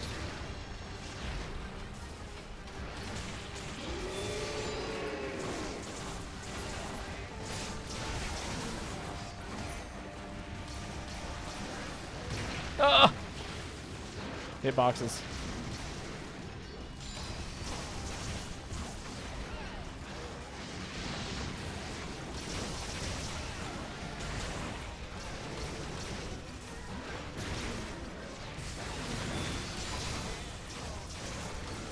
One day you're going to 100% your GU file. I feel the same way.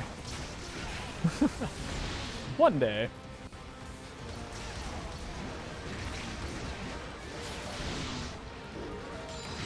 I couldn't get away fast enough. Oh, that's so sad.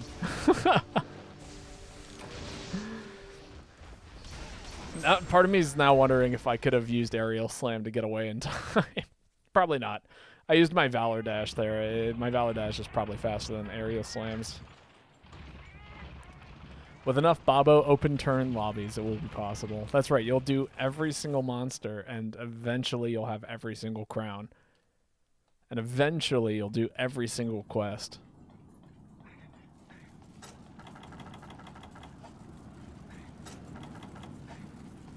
Many might ask, how would that be possible? To which I respond, well, you see.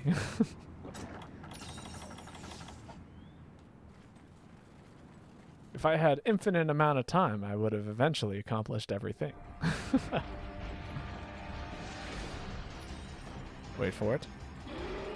Wait for the opportunity. And we can aerial slam this monster into oblivion. Damn it.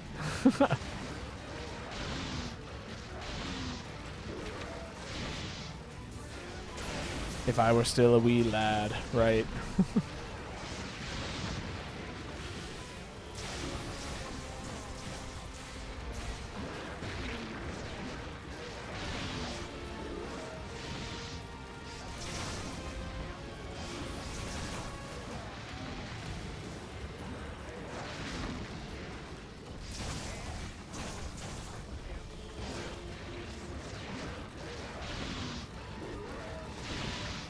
God, I forget how, like, scary Hyper Zen Ogre is sometimes.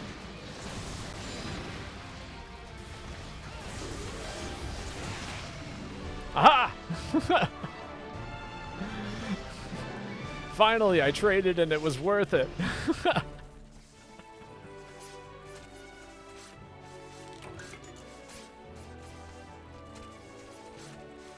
You know something, it's in his name, but Zen Ogre is not an ogre. Ruined my own joke, fuck. It's okay. My brain, my brain translates things into a close proximity of what it is that's actually typed. Please get the Mufa. I want the Mufa fur. Give me all the Mufa fur. I know I've angered you all.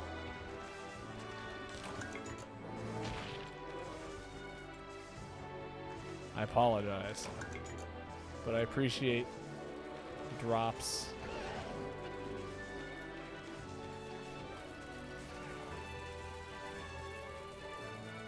All right, I think that was the last hunt. I don't think there's any hunts that I can do between these two. Oh, you mentioned fighting games earlier. What fighting games do I play? So I play Rivals of Aether 2. I've played every Smash Brothers, but Melee is probably the closest thing that I play competitively these days. PM was actually my real competitive game, but or now it goes by P+. So, you know. And then, let's see. I did play Guilty Gear Strive for a period of time, and I've been considering going back to it. But I've decided to... I really want to get a fight stick before I go back into, like, traditional fighters. I played some Street Fighter 6 once upon a time, as well as a few other games. That was my last hunt. Thank you all.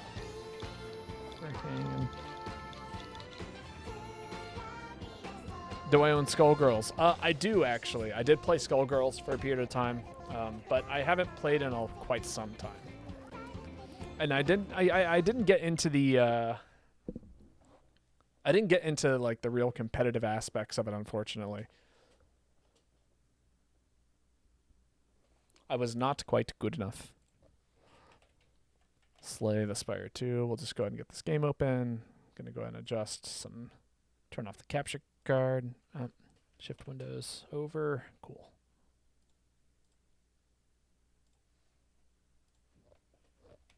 Try that again. We don't need this up here. And then I'm gonna move some things around so this game's a little bit more palatable for the streaming experience. And then let me go ahead and just update the stream stuff. Rogue Light Wednesday. Slay the Spire 2.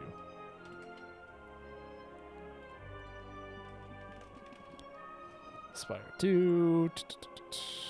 Kill those tags. Cool.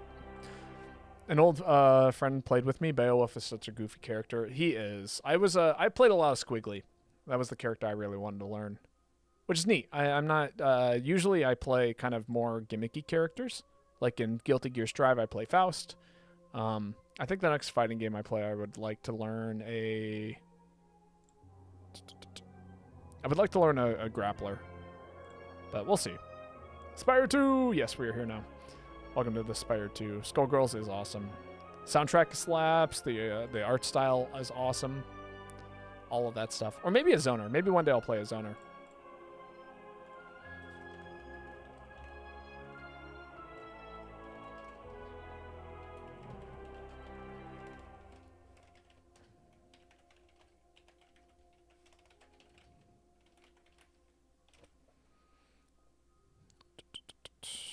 Really recommend Under Night. It's my personal favorite traditional fighter. Sick. Oh. There we go.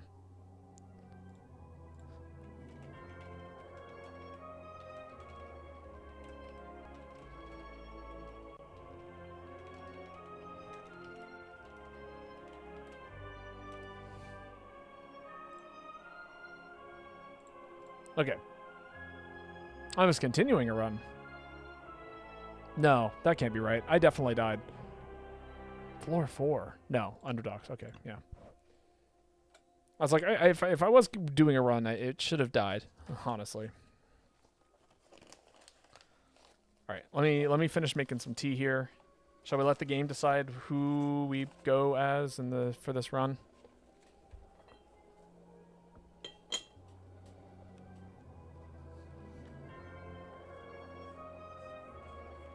Regent. Honestly, we haven't done a Regent run in a hot minute, so I think that could be pretty fun.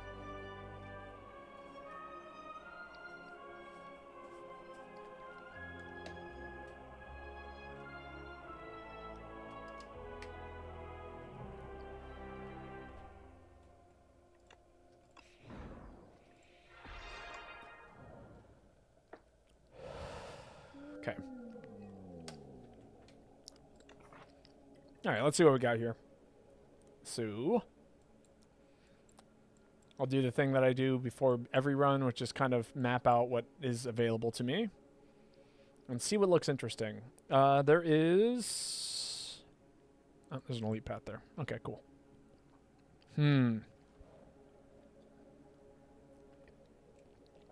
So, unfortunately, the most amount of elites that we can do currently is 2, which is not so good. So let's think about what things we can benefit from by doing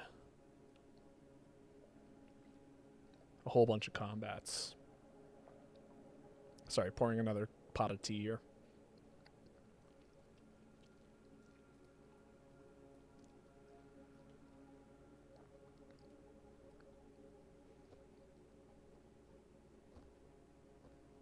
Oh, right. I should do one more thing.